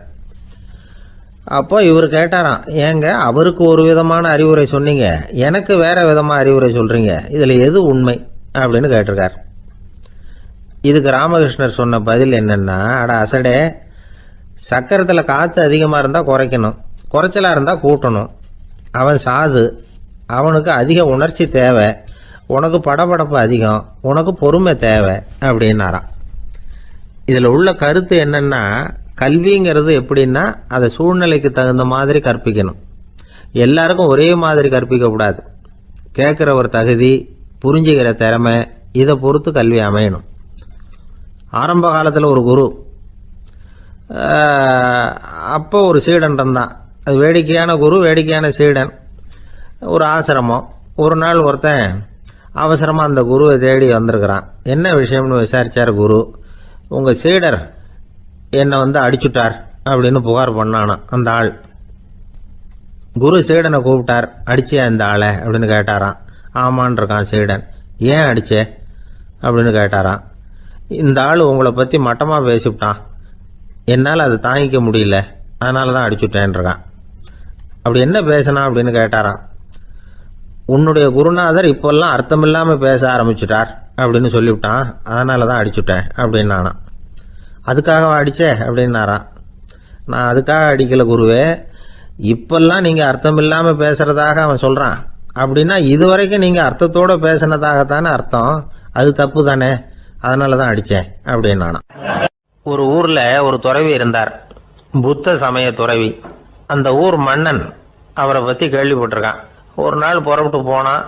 துறவியின் பாதங்களை தொட்டு வணங்கினான். அதுக்கப்புறம் சொன்னான், ஐயா, நான் உங்களை அரண்மனைக்கு அழைச்சிட்டு போகிறதுக்காக வந்திருக்கிறேன். இனிமேல் நீங்கள் இங்கே எதுக்கு இருக்கணும் அப்படின்னானா. அவன் மனசுக்குள்ளே என்ன நினைப்புன்னா, இவர் எங்கே வர போகிறாரு, நான் ரொம்ப எளிமையானவன், எனக்கு எதுக்கு அரண்மனை வாசம்னு சொல்லிவிடுவார் அப்படின்னு நினச்சிருக்கான். ஆனால் அந்த துறவி என்ன பண்ணார் தெரியுமா?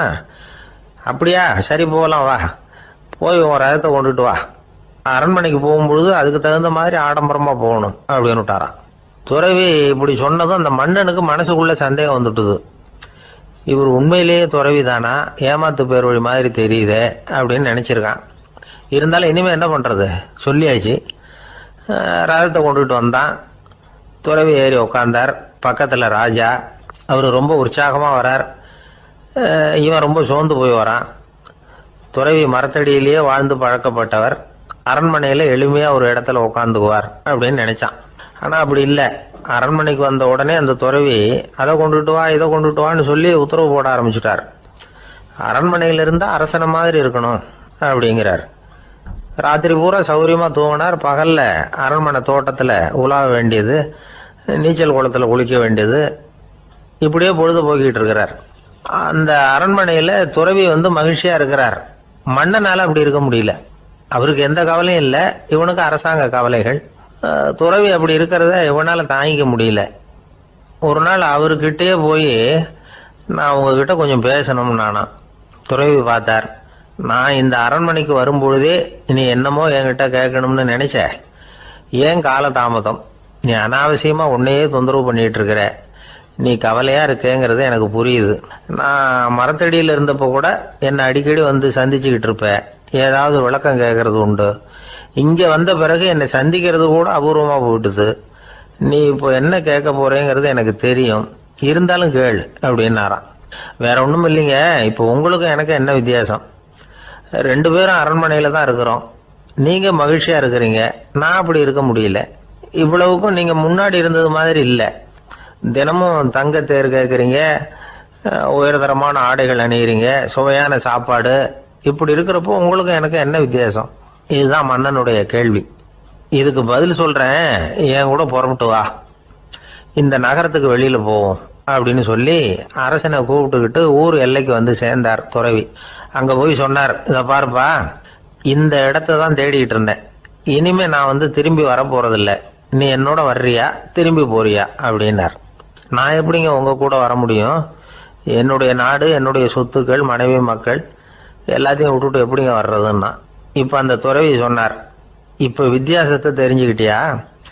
நான் அரண்மனையில் இருந்தேன், எல்லா வித பொருள்களும் உடையவனா இருந்தேன், ஆனால் எதையும் சொந்தம் கொண்டாடுறவனா இருக்கல. ஆனால் நீ அப்படி இல்லை, எல்லாத்தையும் சொந்தம் கொண்டாடிக்கிட்டு இருக்கிற. இதுதான் நமக்குள்ள வித்தியாசம் அப்படின்னு சொன்னார். அரண்மனை ஆடைகளை அப்படியே களைஞ்சார், அரசங்கிட்ட கொடுத்தார். உன்னுடைய ஆடைகளை நீயே வச்சுக்கோன்னார். அவர் பாட்டுக்கு நடந்து போனார், திரும்பியே பார்க்கல. அரசனுக்கு அப்பதான் தன்னுடைய அறியாமை விளங்குச்சான். இதிலிருந்து நாம புரிஞ்சுக்க வேண்டியது என்னன்னா, இந்த உலகத்துல எத்தனையோ பொருள்கள், அதையெல்லாம் முறையா பயன்படுத்தினா மகிழ்ச்சி. அதை விட்டுட்டு அதுக்கெல்லாம் சொந்தம் கொண்டாட ஆரம்பிச்சா கவலை. நம்ம ஆட்கள் சொந்தம் கொண்டாடுற விதமே தனி. ஒரு ஆளு இன்னொருத்தங்கிட்ட ஒரு கொடை கடன் வாங்கியிருந்தான், திருப்பி கொடுக்கல. கொடையை கொடுத்தவன் கேட்டான், என்கிட்ட கடன் வாங்கினிய கொடை, அதை கொஞ்சம் திருப்பி தர்றியான்னா. அது உனக்கு இப்போ அவசரமா தேவைப்படுதா அப்படின்னு கேட்டான் இவன். எனக்கு தேவைப்படல, அந்த கொடையை நான் யாருக்கிட்ட வாங்கியிருந்தேனோ அவனுக்கு இப்போ அது அவசரமா தேவைப்படுது அப்படின்னானா அந்த ஆள். ஒரு பெரியவர் உட்கார்ந்துருக்கிறார், அவரை சுத்தி அவருடைய தோழர்கள் உட்கார்ந்துருக்கிறாங்க. ஏதோ ஒரு முக்கியமான செய்தியை அவர் அவங்களுக்கு சொல்லிட்டு இருக்கிறார். அவங்களும் ஆர்வமா கேட்டுக்கிட்டு இருக்கிறாங்க. இந்த சமயத்துல யாரோ ஒரு ஆள் வேகமா அங்க வர்றார். வர்ற வேகத்திலேயே எனக்கு ஏதாவது உதவி செய்யுங்க அப்படின்னு கேட்டுக்கிட்டே வர்றார். கேட்கறது உதவி, ஆனா குரல் மிரட்டுறது மாதிரி இருக்கு, அதட்டி கேட்கறது மாதிரி இருக்கு. இதை கேட்டதும் அந்த பெரியவர் ஆத்திரப்படலை, ஆனா அவரை சுத்தி இருந்தவங்க ஆத்திரப்பட்டாங்க. இதை பெரியவர் கவனிச்சார். கொஞ்சம் அமைதியா இருங்கன்னார். வந்தவரை கூப்பிட்டார், அவருக்கு சில பொருள்களை கொடுத்தார். என்னங்க இப்போ உங்களுக்கு மகிழ்ச்சி தானே அப்படின்னார். ஆ அப்படின்னு அலட்சியமா அவர் சொல்றார். நான் உங்களை நல்ல முறையில் நடத்தினேன்னா அப்படின்னு கேட்குறாரு அவர் மறுபடியும். அதெல்லாம் ஒன்றும் இல்லை அப்படின்னு சொல்லி அவர் சொல்லிட்டு இருக்கிறாரு. குரலில் கடுமை குறையில. சுற்றி இருந்தவங்களால இதை பொறுத்துக்க முடியல. கோபத்தோடு அவரை நோக்கி நெருங்க ஆரம்பிச்சாங்க. பெரியவர் அவங்களையெல்லாம் தடுத்து நிறுத்தினார். வந்தவரை வாங்க என்னோட அப்படின்னு சொல்லி அழைச்சிட்டு போனார். வீட்டுக்கு போனார். அங்கே போனதும் இன்னும் சில பொருள்களை எடுத்து அவர்கிட்ட கொடுத்தார். இப்போ திருப்தி தானே, நான் உங்ககிட்ட நல்ல முறையில் நடந்துக்கிட்டேனா அப்படின்னார். அவர் முகம் இப்போதான் கொஞ்சம் மலர்ந்தது. ரொம்ப நன்றி, இறைவன் உங்கள் குடும்பத்துக்கு எல்லா நன்மைகளையும் செய்வான் அப்படின்னு சொன்னார். இதே வார்த்தைகளை என்னுடைய தோழர்கள்கிட்டே சொல்லிட்டீங்கன்னா அவங்க கோபம் தணிஞ்சிரும், வர முடியுமான்னார். கண்டிப்பாக வர்றேன் அப்படின்னாரு. மறுநாள் காலையில் அந்த இடத்துக்கு வந்தார். அதே மாதிரி சொல்லிவிட்டு அவர் போயிட்டார். தோழர்கள்லாம் ரொம்ப வியப்போடு பெரியவரை பார்த்தாங்க. அந்த பெரியவர் தான் நபிகள் நாயகம். அவர் சொன்னார், ஒருத்தன் ரொம்ப ஆசையாக ஒரு ஒட்டகத்தை வளர்த்துக்கிட்டு வந்தான். ஒரு நாள் அந்த ஒட்டகம் கயத்தை அறுத்துக்கிட்டு ஓடி போயிட்டுது. அக்கம் பக்கத்தில் இருக்கிறவங்கெல்லாம் அந்த ஒட்டகத்தை பிடிக்கிறதுக்கு முயற்சி பண்ணாங்க. அதை துரத்திக்கிட்டு ஓடினாங்க. ஒட்டகம் தாறுமாறாக ஓட ஆரம்பிச்சுது. இந்த சமயத்தில் ஒட்டகத்தை வளர்த்தவன் அங்கே ஓடி வந்தான். நீங்கள் அதை ஒன்றும் செய்ய வேணாம், விட்டுருங்க, அதோட சுபாவம் எனக்கு நல்லா தெரியும், அதை சுலபமாக என்னோட வழிக்கு கொண்டுட்டு வந்துட முடியும், நான் பார்த்துக்கிறேன், விட்டுருங்கோ அப்படின்னா. எல்லாரும் விலைக்கு போயிட்டாங்க. இவன் என்ன செஞ்சான் தெரியுமா? கொஞ்சம் புல்லை கையில் எடுத்துக்கிட்டு அந்த ஒட்டகத்தை நெருங்கினான். அவ்வளவுதான். அது ஓடி இவன் காலடியில் உட்காந்துக்கிட்டது. செல்லமாக அதை அப்படியே தடவி கொடுத்தான். முதுகில் ஏறி உட்காந்துக்கிட்டான். அது பாட்டுக்கு சாதுவாக நடந்து போகுது. இந்த கதையை நபிகள் நாயகம் தம்முடைய தோழர்களுக்கு சொல்றார். ஒட்டகத்தை மட்டும் இல்லை, சில மனிதர்களையும் கூட சில விதத்தில் அணுகிதான் அவர்களை சீர்திருத்த வேண்டியிருக்குது அப்படிங்கிறத அவங்களுக்கு உணர்த்தினார். இது ஒரு அழகான உளவியல் அணுகுமுறை. சில குடும்ப தலைவர்கள் கூட இந்த ஒட்டகம் மாதிரி நடந்துக்கிறது உண்டு, அப்புறம் அடங்கி போகிறதும் உண்டு. ஒரு குடும்ப தலைவர் காலையில் எழுந்திரிச்சதுலேருந்து சத்தம் போட்டு கத்திக்கிட்டு இருப்பார். பக்கத்தில் இருந்தவங்கெல்லாம் ஓடி போய் சமாதானம் பண்ணி பார்த்தாங்க. அவர் ஓயறது மாதிரி தெரியல. கடைசியில் அவர் மனைவி வந்தாங்க. நீங்கள் எல்லாம் விலகி போயிடுங்க, அவர் சுபாவம் எனக்கு தெரியும், நான் பார்த்துக்கிறேன் அப்படின்னாங்க. சரின்னு எல்லாரும் போயிட்டாங்க. சாயந்தரமாக பார்க்குறாங்க, அவர் சத்தம் இல்லாமல் ஒரு மூலையில் உட்காந்துருக்கிறார், ரொம்ப சாதுவா. ஆச்சரியமாக இருந்தது. என்னம்மா பண்ணீங்கன்னு கேட்டாங்க. அது ஒன்றும் இல்லைங்க, ஒரு வேளை சாப்பாட்டை நிறுத்தினேன், பட்னி போட்டேன், அவ்வளவுதான் அப்படின்னாங்க அந்த அம்மா. ஒரு சராசரி மனிதனுடைய இயல்பு என்ன? இன்பம் வந்தால் துள்ளி குதிப்பான், துன்பம் வந்தால் சோர்ந்து போய் ஒரு மூலையில் உட்காந்துருவான். இவன் தான் சராசரி மனிதன். ஆனால் ஒருத்தன் இன்பம் வந்தால் அதுக்காக மகிழ்ச்சி அடையிறதில்ல, துன்பம் வந்தால் அதுக்காக சோர்ந்து போகிறதில்ல அப்படின்னு வச்சுக்கோங்க. அப்படி இருந்தால் அவன் சாதாரண ஆள் கிடையாது. ஒரு ஊரில் ஒரு ஞானி இருந்தார். அவரை தேடிட்டு ஒரு பெரியவர் வந்தார். ஐயா, ஞானத்தில் சிறந்த ஞானம் எது அப்படின்னு கேட்டாராம். இதுக்கு அந்த ஞானி என்ன பதில் சொன்னார் தெரியுமா? இன்பத்தினால மகிழ்ச்சி அடையாமலும் துன்பத்தினால சோர்வு அடையாமலும் இருக்கிறது தான் அந்த ஞானம், பெரிய ஞானம் அப்படின்னாராம். சரி சுவாமி, அப்படிப்பட்ட ஞானம் உங்களுக்கு எப்படி வந்ததுன்னு கேட்டிருக்காரு இவர். அதை நான் ஒரு கழுதைகிட்ட இருந்து கற்றுக்கிட்டேன் அப்படின்னாராம் அவர். இவருக்கு ஒன்றும் புரியல, ஒரு மாதிரியாக முழிச்சிருக்கிறார். இதை அவர் புரிஞ்சுக்கிட்டார். நீங்கள் நாளைக்கு காலையில் நம்முடைய ஆசிரமத்துக்கு வாங்க, புரிய வைக்கிறேன்னாராம். சரின்னு அவர் போயிட்டார். மறுநாள் காலையில் ஆசிரமத்துக்கு வந்து சேர்ந்தார். ஞானி அவரை கூப்பிட்டு உட்கார வச்சார். வாங்க வந்து இப்படி உட்காருங்க, கொஞ்ச நேரத்தில் இந்த வழியாக ஒரு கழுதை போகும், அதை கவனித்து பாருங்கன்னாரா. இவருக்கு இன்னமும் ஒன்றும் புரியாமல் போச்சு, ஒரே குழப்பம். இருந்தாலும் அந்த ஞானி சொன்னது மாதிரியே உட்காந்துருக்கிறார். கொஞ்ச நேரத்தில் இந்த வழியாக ஒரு கழுதை போச்சு. அது முதுக நிறைய அழுக்கு மூட்டைகள், அதை சுமந்துக்கிட்டு போகுது. ஒரு சலவை தொழிலாளி அதை ஓட்டிகிட்டு போகிறார். கொஞ்சம் தூரத்தில் ஒரு ஆறு இருக்குது. அங்கே போய் துணியெல்லாம் சுத்தப்படுத்திக்கிட்டு சாயந்தரமாக திரும்பி இந்த வழியாகவே வருவாங்க. ஞானி சொன்னது மாதிரியே இந்த பெரியவர் அழுக்கு மூட்டையை சுமந்துக்கிட்டு போகிற அந்த கழுதையை கவனித்தார். கழுதை போயிட்டுது. அதுக்கப்புறம் ஞானியை திரும்பி பார்த்தார். இப்போ அந்த ஞானி சொன்னார், சாயந்தரம் வரைக்கும் நீங்கள் இங்கேயே இருக்கணும்னார். அதே மாதிரி இவர் இருந்தார்.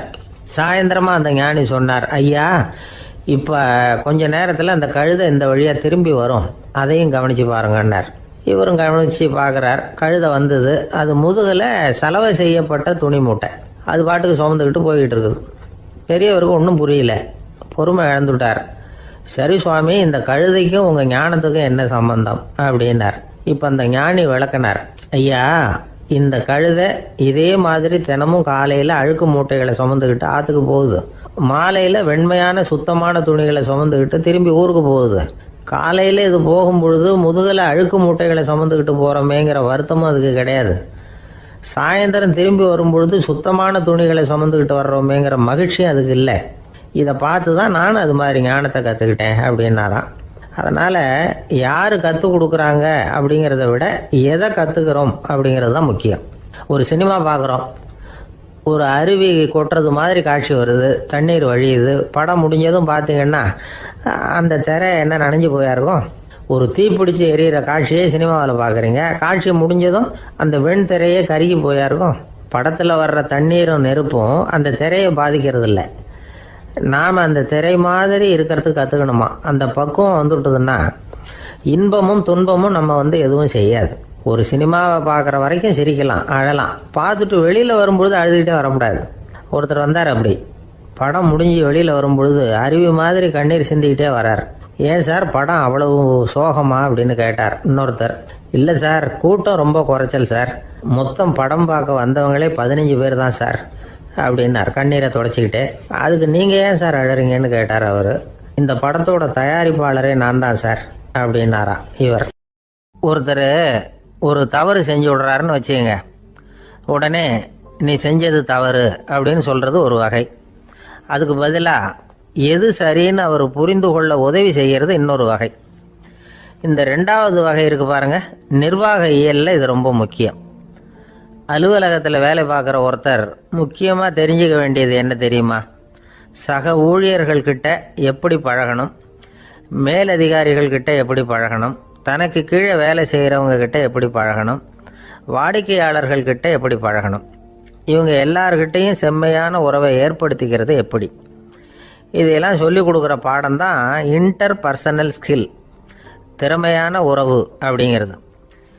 எந்த வேலையில் இருந்தாலும் சரி, இந்த உறவுகளை வளர்க்கும் திறன் உள்ளவங்க சீக்கிரம் முன்னுக்கு வந்துடுறாங்க. மற்றவங்க கிட்ட உறவை பலப்படுத்திக்கிறது எப்படி அப்படின்னு தெரிஞ்சுக்கிட்டோம்னா எந்த ஒரு தடையையும் சுலபமாக தாண்டி செய்கிற தொழிலில் முன்னுக்கு வந்துடலாம். ஹார்வர்டு பல்கலைக்கழகத்தில் ஒரு கணக்கெடுப்பு பண்ணி பார்த்தாங்களாம். பார்க்குற வேலையில் எது மாதிரி குணாதிசயம் உள்ளவங்க வேகமாக முன்னுக்கு வர்றாங்க அப்படின்னு தெரிஞ்சுக்கிறதுக்காக இந்த கணக்கெடுப்பு. வெவ்வேறு துறையில் வேகமாக முன்னுக்கு வந்திருக்கிற பல பேரை சந்தித்து இந்த சர்வேயை நடத்தியிருக்கிறாங்க.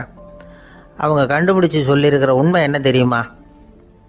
ஒருத்தர் ஒரு வேலையில் இருந்தால் அது சம்பந்தப்பட்ட சப்ஜெக்ட் பற்றிய அறிவு 35% இருந்தால் போதுமா. ஆனால் உறவுகளை வளர்க்கக்கூடிய திறன், இன்டர் பர்சனல் ஸ்கில்லு 65% வேணும். இப்படி உள்ளவங்க சீக்கிரம் முன்னுக்கு வந்துடுறாங்களாம். அதனால் ஒருத்தருக்கு வேலை சரியாக புரியலைன்னா கூட விவரமாக மற்றவங்க கிட்ட பழகிறது எப்படின்னு புரிஞ்சால் போதும், அவர் முன்னுக்கு வந்துடலாம். அலுவலகங்களில் மட்டும் இல்லை, எல்லா இடங்கள்லையும் இது ரொம்ப முக்கியம். வீட்டுக்குள்ளேயும் இது ரொம்ப முக்கியம், வீட்டுக்கு வெளியேயும் இது முக்கியம்.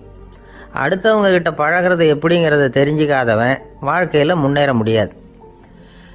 இன்றைக்கி ஆயுதங்களால் காயப்படுத்தி கொள்ளுகிறவர்களை விட வார்த்தைகளால் காயப்படுத்தி கொள்ளுகிறவர்கள் தான் அதிகம். பெரியவங்க என்ன சொல்கிறாங்க தெரியுமா? நீங்கள் இந்த பூமியில் பிறந்ததன் அர்த்தம் பூர்த்தி ஆகணும்னா அடுத்தவங்களுக்கு உதவி பண்ணுங்க. அடுத்தவங்களுக்கு உதவி செய்ய முடியாவிட்டால் கூட பரவாயில்லை, ஆனால் யாரையும் புண்படுத்தி விடாதீங்க அப்படின்னு சொல்கிறாங்க.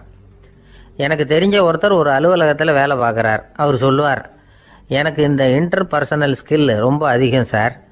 சக ஊழியர்கள்கிட்ட ரொம்ப சுமூகமாக நடந்துக்குவேன். என் கூட வேலை பார்க்குற ஒருத்தருக்கு ஏதாவது ஒரு கஷ்டம்னா அந்த சமயத்தில் அவர் செய்ய வேண்டிய வேலையை நான் செஞ்சிருவேன் சார் அப்படிம்பார்.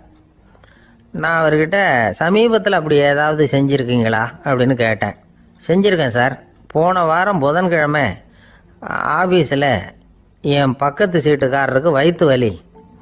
உடனே நான் மெடிக்கல் லீவ் போட்டுவிட்டு எங்கள் வீட்டுக்கு போயிட்டேன் சார் அப்படின்னார். ஐயா, உங்கள் பேரை தொடர்ந்து தினம் கேட்டுக்கிட்டு இருக்கிறேன் அப்படின்னார் ஒருத்தர். தொடர்ந்து கேட்குறீங்களே, உங்களுக்கு காது வலிக்கலையா அப்படின்னு கேட்டோம். பேசுகிற உங்களுக்கே வாய் வலிக்கலை அப்படிங்கிறப்போ கேட்குற எங்களுக்கு எப்படி காது வலிக்கும் அப்படின்னார். நம்ம உடம்புல ஒரு அதிசயம் என்ன தெரியுமா? ரொம்ப நேரம் நாம் நடக்கிறோம்னு வச்சுக்கோங்க, கால் வலிக்கும். ரொம்ப நேரம் வேலை செஞ்சால் கை வலிக்கும், உடம்பு வலிக்கும். ரொம்ப நேரம் பார்த்துக்கிட்டே இருந்தால் கண்ணு வலிக்கும். ரொம்ப நேரம் பேசிக்கிட்டே இருந்தால் வாய் கூட வலிக்கும். ஆனால் ரொம்ப நேரம் கேட்டுக்கிட்டே இருக்கிறதுனால காது வலிக்கிறது இல்லை. அதனால் கேட்கறதுக்கு முக்கியத்துவம் கொடுத்தாங்க நம்ம பெரியவங்க. திருவள்ளுவர் தேவையில்லாமல் வார்த்தைகளை உபயோகப்படுத்த மாட்டார். ஒரு திருக்குறள்னு எடுத்துக்கிட்டாவே அதில் மொத்தம் 7 வார்த்தைகள், அவ்வளவுதான். அப்படி 7 வார்த்தைகள் மட்டுமே உள்ள ஒரு திருக்குறளில் வள்ளுவர் ஒரே வார்த்தையை 5 தடவை உபயோகப்படுத்தியிருக்கிறார், திரும்ப திரும்ப பயன்படுத்தியிருக்கிறார். அப்படின்னா அதை எந்த அளவுக்கு வலியுறுத்தி சொல்கிறார் அப்படிங்கிறத நாம் புரிஞ்சுக்கணும். அது என்ன குறள்? செல்வத்துள் செல்வம் செவிச்செல்வம், அச்செல்வம் செல்வத்துள் எல்லாம் தலை. செவிச்செல்வம்ங்கிறது அவ்வளவு முக்கியமானது. கற்றலின் கேட்டல் நன்று. அதிகம் கேட்கணுங்கிறதுக்காகத்தான் எவ்வளவு கேட்டாலும் காது வலிக்கிறது இல்லை. குறைச்சலாக பேசணும், அதிகமாக கேட்கணும். இன்னொரு விஷயம் கவனிங்க, நம்ம உடம்புல கண்ணுக்கு மூடி இருக்குது, எதையாவது நாம் பார்க்க விரும்பலைன்னா உடனே கண்ணை மூடிக்கலாம். நம்ம வாய்க்கு மூடி இருக்குது, பேச விருப்பம் இல்லையா, வாயை மூடிக்கலாம். மூக்குக்கு கூட மூடிக்கிற வசதி இருக்குது, எதையாவது முகர விருப்பம் இல்லையா, மூச்சை அடக்கிக்கலாம். ஆனால் பாருங்கள், காதுக்கு மூடி கிடையாது, அதை கையால் தான் மூட முடியும். யார் என்ன சொன்னாலும் அது நல்லதோ கெட்டதோ காதில் விழுந்துக்கிட்டு தான் இருக்கும். அறிவு தான் நல்ல விஷயங்களை எடுத்துக்கிட்டு கெட்ட விஷயங்களை விட்டுடணும். நல்ல கருத்துக்கள் நம்ம காதில் நிறைய விழுந்துக்கிட்டே இருக்கணும். அதை கேட்டு நாம் நல்லபடியாக வாழணுங்கிறது தான் படைப்பின் விருப்பம். ஆன்மீகவாதிகள் கூட ஒன்று சொல்லுவாங்க, அதாவது ஆன்மீக பாதையில் நீங்கள் முன்னேறணும்னா முதல்ல சிரவணம் செய்யணும்பாங்க. அதாவது பெரியவங்க சொல்கிற நல்ல கருத்துக்களை கேட்கணும் அப்படின்னு அதுக்கு அர்த்தம்.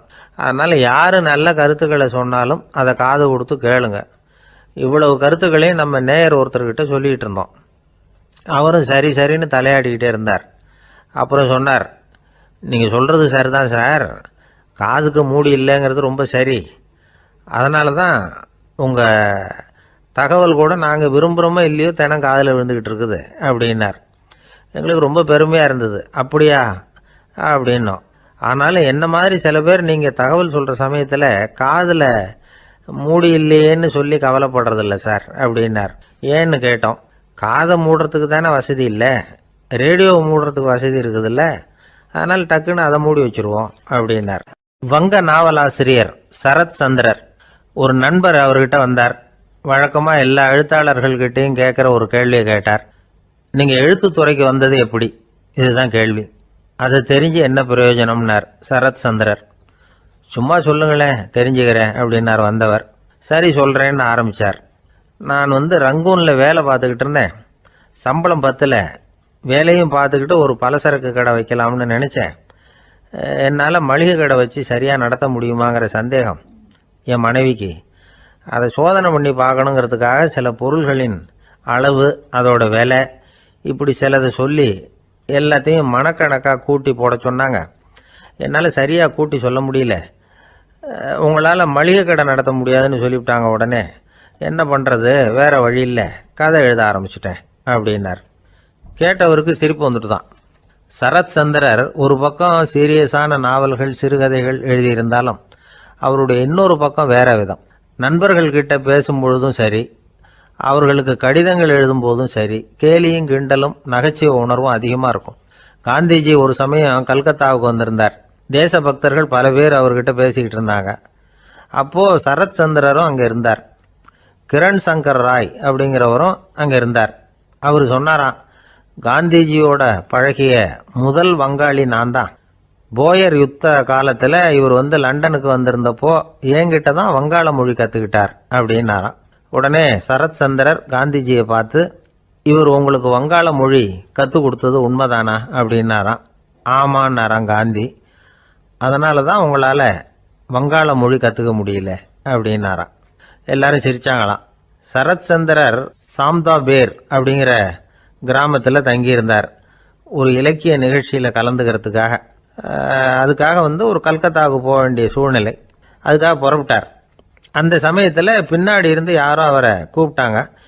இப்படி கூப்பிட்டவரை பார்த்து இன்னொருத்தர் யாரோ அதட்டி இருக்கிறாங்க. போகிறவரை ஏன் இப்படி கூப்பிடுறீங்க அப்படின்னு. ஏன் கூப்பிட்டா என்னன்னு கேட்டிருக்கார் சரத் சந்திரர். புறப்படுறவங்கள பின்னாடி இருந்து கூப்பிடுறது அபசகுனம், போகிற இடத்துல ஏதாவது ஆபத்து வரலாம் அப்படின்னு அதுக்கு விளக்கம் கொடுத்துருக்கிறார் அவர். உடனே சரத் சந்திரர் சொன்னாராம், இதோ இவங்க என்ன இலக்கிய கூட்டத்துக்கு அழைச்சிட்டு போகிறாங்களே, இதை விட வேற என்ன ஆபத்து வந்துட போகுது அப்படின்னாராம். இப்படி சரத் சந்திரருக்கு இயல்பாகவே நகைச்சுவை உணர்வு உண்டு. அவருடைய நண்பர் ஒருத்தர் வீட்டுக்கு கூப்பிட்டுருந்தார். அங்கே ஒரு கச்சேரிக்கு ஏற்பாடு பண்ணியிருந்தாங்க. சரத் சந்திரருக்கு இயல்பாகவே கச்சேரியில் நீண்ட ஆலோசனையெல்லாம் கேட்கறதுக்கு பொறுமை இருக்காது. அதனால் மெதுவாக பாட போகிறவர் எப்படி அப்படின்னு கேட்டிருக்கார். அவருக்கு ரொம்ப நல்லா பாட தெரியும் அப்படின்னு சொல்லியிருக்கிறாங்க. அதுக்கு சரத் சந்திரர், பாட தெரியுங்கிறது சரி, பாட்டை நிறுத்த தெரியுமா அதை சொல்லுங்க முதல்ல அப்படின்னாராம். ஒரு இலக்கிய கூட்டம் ஏற்பாடு பண்ணியிருக்கிறோம், நீங்கள் அவசியம் அதில் பேசணும் அப்படின்னு கேட்டுக்கிட்டார் ஒருத்தர். வேணாங்க, 4 பேருக்கு முன்னாடி நிற்கிறதுனா எனக்கு ரொம்ப கூச்சமாக இருக்கும் அப்படின்னாரு இவர். ஏன் சார் இன்னமும் குழந்த மாதிரி கூச்சப்படுறீங்களே அப்படின்னார் அவர். அவரை ஒரு மாதிரியாக சமாளித்து அனுப்பி வச்சுட்டு அதுக்கப்புறம் அதை பற்றி இவர் யோசித்து பார்த்துருக்கார். சில நிபுணர்கள் எழுதியிருக்கிறத படித்தும் பார்த்துருக்கிறார். மனோதத்துவ நிபுணர்கள் என்ன சொல்கிறாங்க தெரியுமா? 10லேருந்து 20% குழந்தைகள் பிறக்கிறப்பவே கூச்ச சுபாவம் கொண்டதாக தான் இருக்குதான். ஒரு தாத்தா தன்னோட பேர பிள்ளைய ஆசையாக கூப்பிடுறார் விளையாட்டு காட்ட, அதை அழுதுகிட்டு ஓடி போகுது. ஒரு அம்மா தன்னோட பிள்ளைய பள்ளிக்கூடத்தில் சேர்க்கறதுக்காக கூப்பிட்டுக்கிட்டு போகிறாங்க. அந்த புள்ள அம்மாவோட முந்தானையில் ஒளிஞ்சிக்கிட்டு வெளியில் வரமாட்டேங்குது. இவங்களெல்லாம் எப்படி சமாளிக்கிறது? குழந்தைகளோட கூச்ச சுபாவத்தை போக்குறது எப்படி? இதுக்கு நிபுணர்கள் சில யோசனைகளை சொல்லியிருக்கிறாங்க. மற்றவங்களுக்கு முன்னாடி என் பையனுக்கு கூச்சம் ரொம்ப அதிகம் சார், மற்றவங்க பார்த்தா ரொம்ப வெக்கப்படுறான், இப்படி சொல்கிற அப்பாக்கள் உண்டு. என் பையன் புது மனுஷால பார்த்தா அட்டையாக ஒட்டிக்குவான் சார் அப்படின்னு சொல்கிற அப்பாக்களும் உண்டு. இப்படிலாம் குழந்தைகளுக்கு முத்திரை குத்துறது ரொம்ப தப்பான். புதுசாக யாராவது வீட்டுக்கு வந்தால் குழந்தை தானாக தன்னோட கூச்சத்தையும் பயத்தையும் போக்கிக்கிட்டு சகஜமாக மாறி வர்றதுக்கு வாய்ப்பு கொடுக்கணுமா. ஒரு கூட்டத்துக்கோ அல்லது சொந்தக்காரங்க கல்யாணத்துக்கோ குழந்தைய அழைச்சிட்டு போகிறீங்க, அங்கே போய் கட்டாயப்படுத்தி குழந்தைய மற்றவங்க கிட்ட பேச சொல்லக்கூடாது. சில சமயம் குழந்தை தானாக தன்னுடைய கூச்ச சுபாவத்தை விட்டு பேசுறதுக்கு முன் வந்தால் அதை பாராட்டணும். குழந்தை கலகலப்பு இல்லாமல் மௌனமாக இருந்ததுன்னா அதையும் கண்டுக்கக்கூடாது. குழந்தை பேச ஆரம்பித்தா அதை ஆர்வத்தோடு கவனிக்க தெரியணும். கலந்து உரையாடுற பழக்கத்தை வீட்லேயே ஆரம்பிக்கலாம். கேட்டதுக்கு பதில் சொல் அப்படின்னு நீங்கள் அதிகாரம் பண்ணிகிட்டு இருக்கக்கூடாது. அது குழந்தைக்கு பேசுகிற சந்தர்ப்பத்தை குறைச்சிருமா. இப்போ நாம் அதிகாரம் பண்ணால் கேலி செய்கிற பழக்கம் குழந்தைகளை ரொம்ப பாதிச்சிருமா. பெரியவங்களானதுக்கு அப்புறமும் சில பேர் கூச்சத்தோடவும் பயத்தோடவும் இருக்கிறதுக்கு இதுதான் காரணம். சின்ன வயசில் அவங்கெல்லாம் ஏதாவது கேலிக்கு ஆளாகி இருப்பாங்க. 2வது குழந்தை மூத்த குழந்தைய கேலிக்கு ஆளாகிற சந்தர்ப்பங்களை கண்டு கேலி பண்ணினா அது இளம் நெஞ்சங்களை விட்டு நீங்கிறதே இல்லையா. எப்பவும் குழந்தையோட நடை உடை பாவனைகளை பற்றி சொல்லிக்கிட்டே இருக்கக்கூடாதான். அதுவே கூச்ச சுபாவத்தை கொண்டுட்டு வந்துருமா. அப்பா எங்கேன்னு யாராவது கேட்டால் இது மாதிரி இன்ன காரியத்துக்காக வெளியில் போயிருக்கார், இத்தனை மணிக்கு திரும்பி வருவார் அப்படின்னு சொல்கிற அளவுக்கு குழந்தைகளை பழக்கப்படுத்தி வைக்கணும். ஃபோன்லேயே யாராவது விசாரித்தா கூட இது மாதிரி பதில் சொல்லு அப்படின்னு சொல்லணும். சின்ன சின்ன மீட்டிங்கில் 4 வார்த்தை பேச தயார் பண்ணலாம். ஒரு கடையிலையோ அல்லது ஹோட்டல்லையோ ஏதாவது விவரம் கேட்கணும்னா உங்கள் குழந்தைய தைரியமாக அனுப்புங்க. குழந்தைகள் பணிவாகவும் பொறுமையாகவும் விவரம் கேட்குறப்போ கூச்ச சுபாவம் தானாக போயிடும். சின்ன வயசுலேயே இப்படிலாம் பழக்கப்படுத்தினா தான் வருங்காலத்தில் தைரியமாக இந்த சமுதாயத்தில் வாழ முடியும். இல்லைன்னா 60 வயசுலேயும் அடுப்பங்கரையை விட்டு வெளில வர்றதுக்கு கூச்சப்பட்டுக்கிட்டு தான் இருக்க வேண்டியிருக்கும். இந்த காலத்து பிள்ளைங்க எவ்வளவோ பரவாயில்ல, எதுக்கும் தயங்குறதில்ல, கூச்சப்படுறதில்ல. ஒரு அம்மா அடுப்பங்கரையிலேருந்து சத்தம் போட்டாங்க, டேய் ராமு, தயவு பண்ணி அந்த டிவியை நிறுத்துறா, அந்த பெண்ணோட குரல் மகா மோசம், அடுப்பங்கரையில் இருக்கிற என்னாலேயே அதை சகிச்சிக்க முடியல அப்படின்னாங்களாம். உடனே பையன் கொஞ்சம் கூட தயங்காமல் பதில் சொல்கிறான், அம்மா, இந்த குரல் டிவியிலேருந்து வரல, எழுத்த விட்டு மாமி தான் இங்கே வந்திருக்கிறாங்க, அவங்க தான் இப்போ என்னோட பேசிக்கிட்டு இருக்கிறாங்க அப்படின்னு நானும். ஒரு பல்கலைக்கழகம், அங்கே ஒரு இலக்கிய பேராசிரியர், அவர் பாடம் நடத்திக்கிட்டு இருந்தார். ராபர்ட் ப்ரௌனிங் எழுதிய கவிதைகளை பற்றி சொல்லிகிட்டு இருக்கிறார். மாணவர்களும் ரொம்ப அக்கறையாக அதை கேட்டுக்கிட்டு இருக்கிறாங்க. ஒரு குறிப்பிட்ட கவிதையை பற்றி சொல்லும் பொழுது அந்த பேராசிரியருக்கே ஒரு சந்தேகம், அதாவது அந்த கவிதையின் சரியான அர்த்தம் என்னங்கிறதுல சந்தேகம். பேராசிரியர் யோசனை பண்ணார், அந்த கவிதையை முழுசாக புரிஞ்சிக்க முடியல. அதனால் மாணவர்களை பார்த்து சொன்னார், மாணவர்களே, ஒரு நாள் பொறுத்துக்குங்க, இந்த கவிதையை எழுதின கவிஞர் எங்கள் வீட்டுக்கு பக்கத்தில் தான் இருக்கிறார். இன்னைக்கு சாயந்தரம் நான் அவரை நேரிலேயே போய் பார்க்குறேன், பார்த்து இதுக்கு என்னங்க அர்த்தம்னு கேட்டுட்டு வந்துடுறேன், அதுக்கப்புறம் உங்ககிட்ட சொல்கிறேன் அப்படின்னாராம். அன்னைக்கு சாயந்தரமே அந்த பேராசிரியர் கவிஞரை தேடிக்கிட்டு போயிட்டார். கவிஞர் அவங்க வீட்டில் அவர் பாட்டு உட்காந்துருந்தாராம். இவர் போய் அவர் முன்னாடி உட்காந்தார். அப்புறம் கேட்டார், ஐயா, அந்த கவிதையின் முழு பொருள் என்னன்னு தெரிஞ்சுட்டு போகிறதுக்காக வந்திருக்கிறேன் அப்படின்னாராம். எந்த கவிதை அப்படின்னாராம் அவர். இவர் அந்த கவிதையை சொல்லியிருக்கார். கவிஞர் கொஞ்சம் யோசனை பண்ணிவிட்டு அப்புறம் சொன்னாராம், பேராசிரியரே, நீங்கள் கொஞ்சம் தாமதமாக வந்துட்டீங்கன்னாராம். இவருக்கு ஒன்றும் புரியல. நீங்கள் என்ன சொல்கிறீங்க, நான் தாமதமாக வந்துட்டேன்னா? நீங்கள் தான் உயிரோடு இருக்கிறீங்களே, அப்படி இருக்கும்பொழுது நான் தாமதமாக வந்துட்டேன்னா அது எப்படி அப்படின்னு இவர் குழம்பி இருக்கிறார். இப்போ கவிஞர் சொன்னாராம், ஐயா, நான் உயிரோடு இருக்கிறேன்னா இல்லையாங்கிறது முக்கியம் இல்லை, நான் அந்த கவிதை வரிகளை எழுதினப்போ 2 பேருக்கு அதோட அர்த்தம் தெரிஞ்சிருந்தது, இப்போ ஒரே ஒருத்தருக்கு தான் அதோட அர்த்தம் தெரியும் அப்படின்னாராம். பேராசிரியர் யோசனை பண்ணியிருக்கார். அப்படின்னா அந்த ஒருத்தர் கவிஞர் ராபர்ட் ப்ரௌனிங்கை தவிர வேற யாரா இருக்க முடியும்? இவர் தான் அப்படிங்கிறத அவர் மனசில் நினச்சிக்கிட்டார். அதனால சொன்னார், ஐயா, நான் தாமதமாக வரல, அந்த கவிதையின் பொருள் என்ன அது சொல்லுங்கன்னார். பேராசிரியரே, நான் சொல்றது உங்களுக்கு புரியலன்னு நினைக்கிறேன். நான் இந்த வரிகளை எழுதினப்போ 2 பேருக்கு அதோட அர்த்தம் தெரிஞ்சிருந்தது. அந்த 2 பேர் யாருன்னா, ஒருத்தர் ராபர்ட் ப்ரௌனிங், அதாவது நான், இன்னொருத்தர் கடவுள். இப்போ அது கடவுளுக்கு மட்டும்தான் தெரியும். நானே இதை பற்றி பல தடவை யோசனை பண்ணி பார்த்தேன். இது ரொம்ப அழகானது, ஆனாலும் ரொம்ப வழுக்கலானது. அதை பிடிச்சிட்டோம்னு நினச்சிக்கிட்டு இருக்கும் பொழுதே காற்று மாதிரி அது உங்ககிட்ட இருந்து ஓடி போயிடுது. எனக்கு ரொம்பவும் வருத்தமாக தான் இருக்குது. நிச்சயமாக நான் தான் இந்த வரிகளை எழுதியிருக்கிறேன், அதில் அர்த்தம் இருக்குங்கிறது எனக்கு தெரியும், அதை நான் உணர்றேன். ஆனால் நீங்கள் என்னை மன்னிக்கணும், எனக்கே கூட அதை என்னால் விளக்க முடியல. அப்படி இருக்கும் பொழுது உங்களுக்கு எப்படி அதை நான் விளக்க முடியும் அப்படின்னாரா அந்த கவிஞர். அனுபவிக்கப்படக்கூடிய எல்லாமே விளக்கப்படக்கூடிய ஒன்றல்ல, விளக்கப்படும் எல்லாமே அனுபவிக்கப்படக்கூடிய ஒன்றல்ல அப்படிங்கிறது ஞானிகளுடைய கருத்து. அதுக்காக தான் அந்த சம்பவம். வாழ்க்கையில் நீங்கள் தொடர்ந்து ஆய்வு செய்து கொண்டே இருக்கக்கூடிய விளக்கங்களை ஒருபோதும் அடைய முடியாத பரிமாணங்கள் இருக்கிறதுனால தான் அது அலுப்பு தட்டாமல் இருக்குது. உங்களால் நிறைய அனுபவிக்க முடியும், இருந்தாலும் நீங்கள் அனுபவித்து அறிந்த விஷயங்கள் கூட வார்த்தைகளால் விளக்கப்பட முடிவதில்லை அப்படிங்கிறது பெரியோர் சிந்தனை. இதெல்லாம் ஒரு பக்கம் இருக்கட்டும். நமக்கு தெரிஞ்ச பேராசிரியர் ஒருத்தர் 1 மணி நேரம் ரொம்ப விவரமாக வகுப்பு எடுத்தார். கடைசியாக சொன்னார், மாணவர்களே, ரொம்பவும் எளிமையாக விளக்கமாக எல்லா விவரமும் சொல்லியிருக்கிறேன், அதனால் இதில் உங்களுக்கு சந்தேகம் வர்றதுக்கு வாய்ப்பே இல்லை, இருந்தாலும்